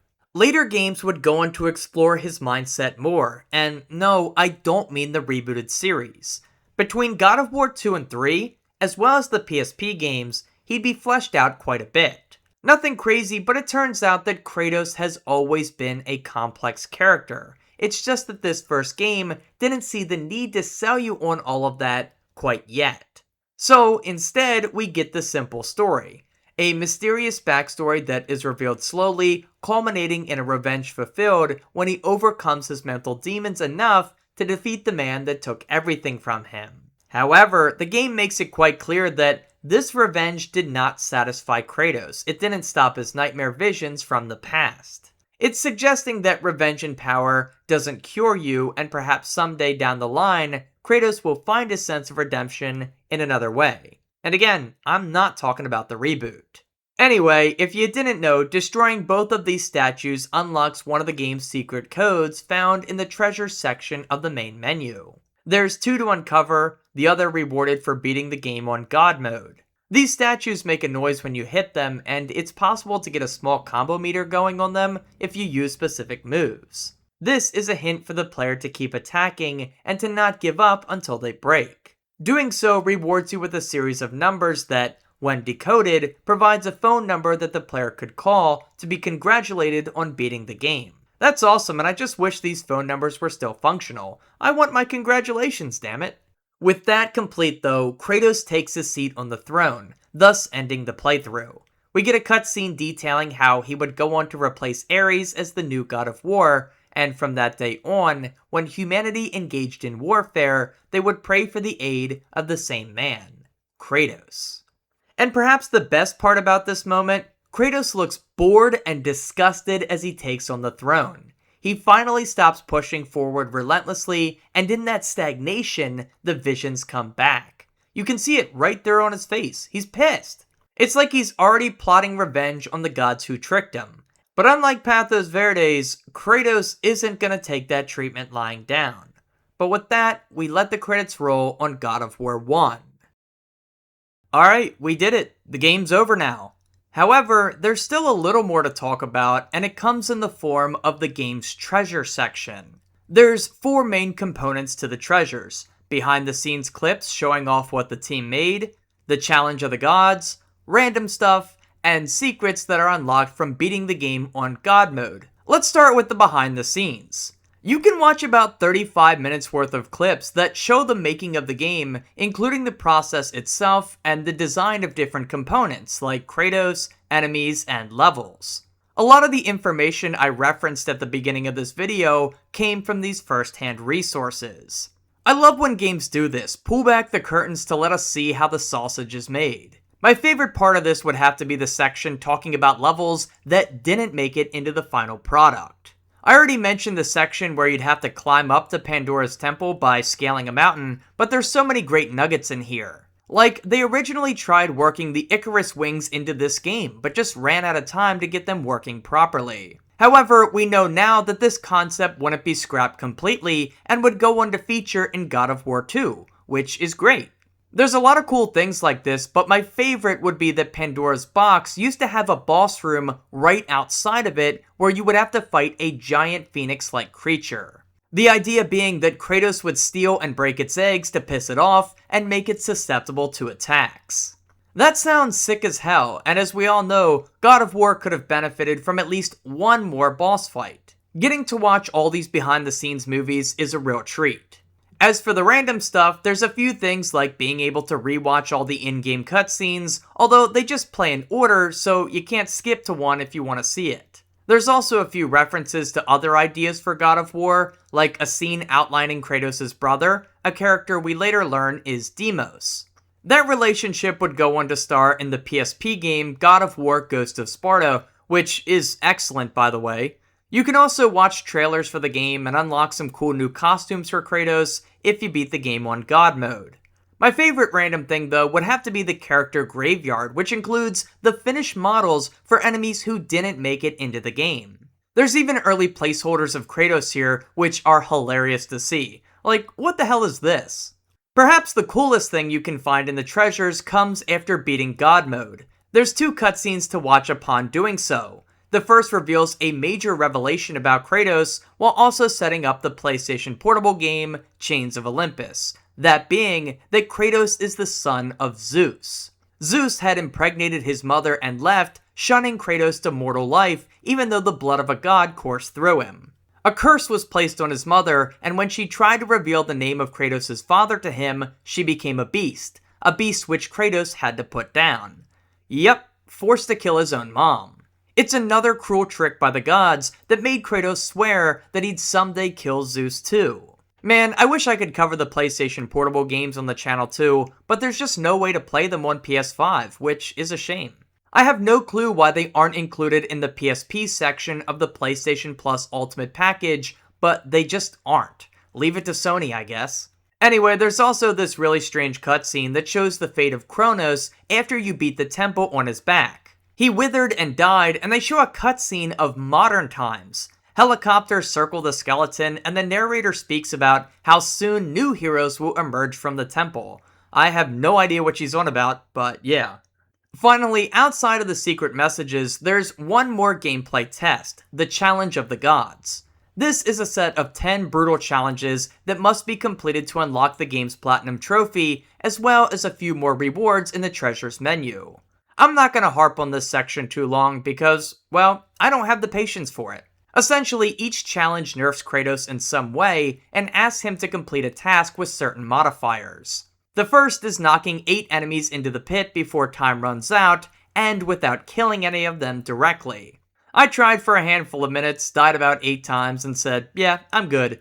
Still, from what I hear, this challenge is pretty tough and is something for players to do after beating the game on God mode.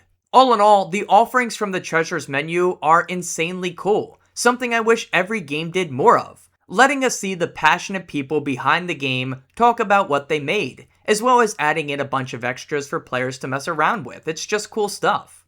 I've played plenty of awesome games throughout my life, but it's just nice to be able to put faces to these passion projects, to see them get as excited about a game as I do. And with that, I think it's time to say goodbye to Kratos, at least for now. God of War is one of my top 10 favorite games of all time, probably hovering somewhere between slots 6 and 8, depending on the day you ask me. It's beloved by many others as well, especially because it would go on to become one of gaming's biggest franchises. But for me, these humble beginnings remain my favorite experience in the franchise. That's because it just feels like the team got so many things right on their first go, despite starting completely from scratch. Kratos is an absolute boss, a menace of a man who is immediately fun to take control of, even from the very first second. His brutality and penchant for violence is what fuels the gameplay loop and provides an incredible power rush along the journey. It gets even better when you realize how freeing this new combat system was, allowing for players to create their own combinations of attacks while supporting them with awesome animations. They added more spectacle while toning down the input difficulty, which is great to a guy like me. But God of War is so much more than Kratos and the piles of flesh he leaves behind. It's the gripping setting, telling a brand new fictional story in a realm we all had a little familiarity with, but wanted to learn more about.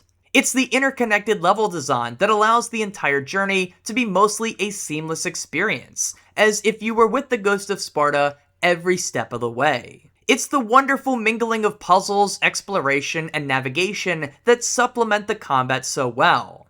And perhaps more than anything, it was the promising future that this first title delivered.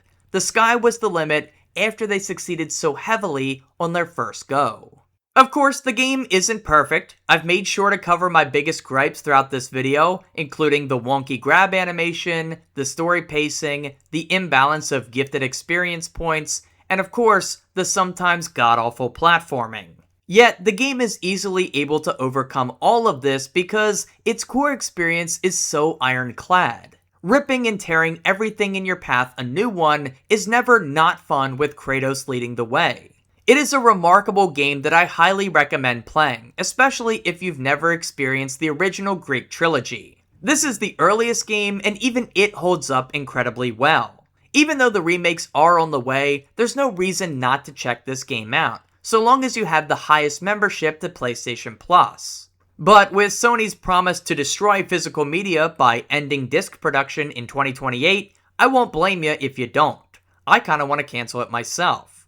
I desperately wish playing this game wasn't locked behind a 25-year-old console or a high paywall to a greedy company, but here we are. But with that, yeah, I think we're about done here. I think I've said all I can say. It took me an ungodly amount of time, but I can safely say God of War 2005 is one of the best games I've ever played. Thanks for watching. Alright y'all, I hope you enjoyed this look at the first God of War game. There was a lot of decisions for me to make on what older series I wanted to tackle next after finishing up Sly and Spyro, and this is the one I landed on. I did consider looks at Crash Bandicoot and Ratchet & Clank first, and I do plan to cover them someday, but for now, I wanted to stick with another series that I had a lot of passion for. While I like those other games, I can't deny that they don't hold a candle to my love of this series, so I figured this was the best starting point. But I'm unsure of how I'll handle things after this. I don't know if I want to go right to God of War 2, or intertwine this series with another, like Ratchet & Clank. Like maybe I'll do a God of War video, and then another series, and then back to God of War, and just keep going back and forth. I'm really not sure what I want to do, but time will tell. As always though, I greatly appreciate you watching my video. I want to give a special shout out to Sleepwalker4095, who at the time of this recording is the only channel member. Therefore, their name gets a special shout out here at the end of this video. If you want to be like Sleepwalker, you can become a channel member for just 99 cents a month. As always, the extra support is always appreciated, so thank you Sleepwalker and anyone else who decides to join. And if you want to help out but a subscription isn't really your thing, you can always leave a super thanks or donate on my Buy Me a Coffee page. Links to that can be found in the pinned comment and the description of this video. Anyway, thank you so much for watching. Please leave a like if you enjoyed the video. Consider subscribing for more. Follow me on Twitter at NopNapNarp. Donate if you want to. And as always, have a nice day and take care.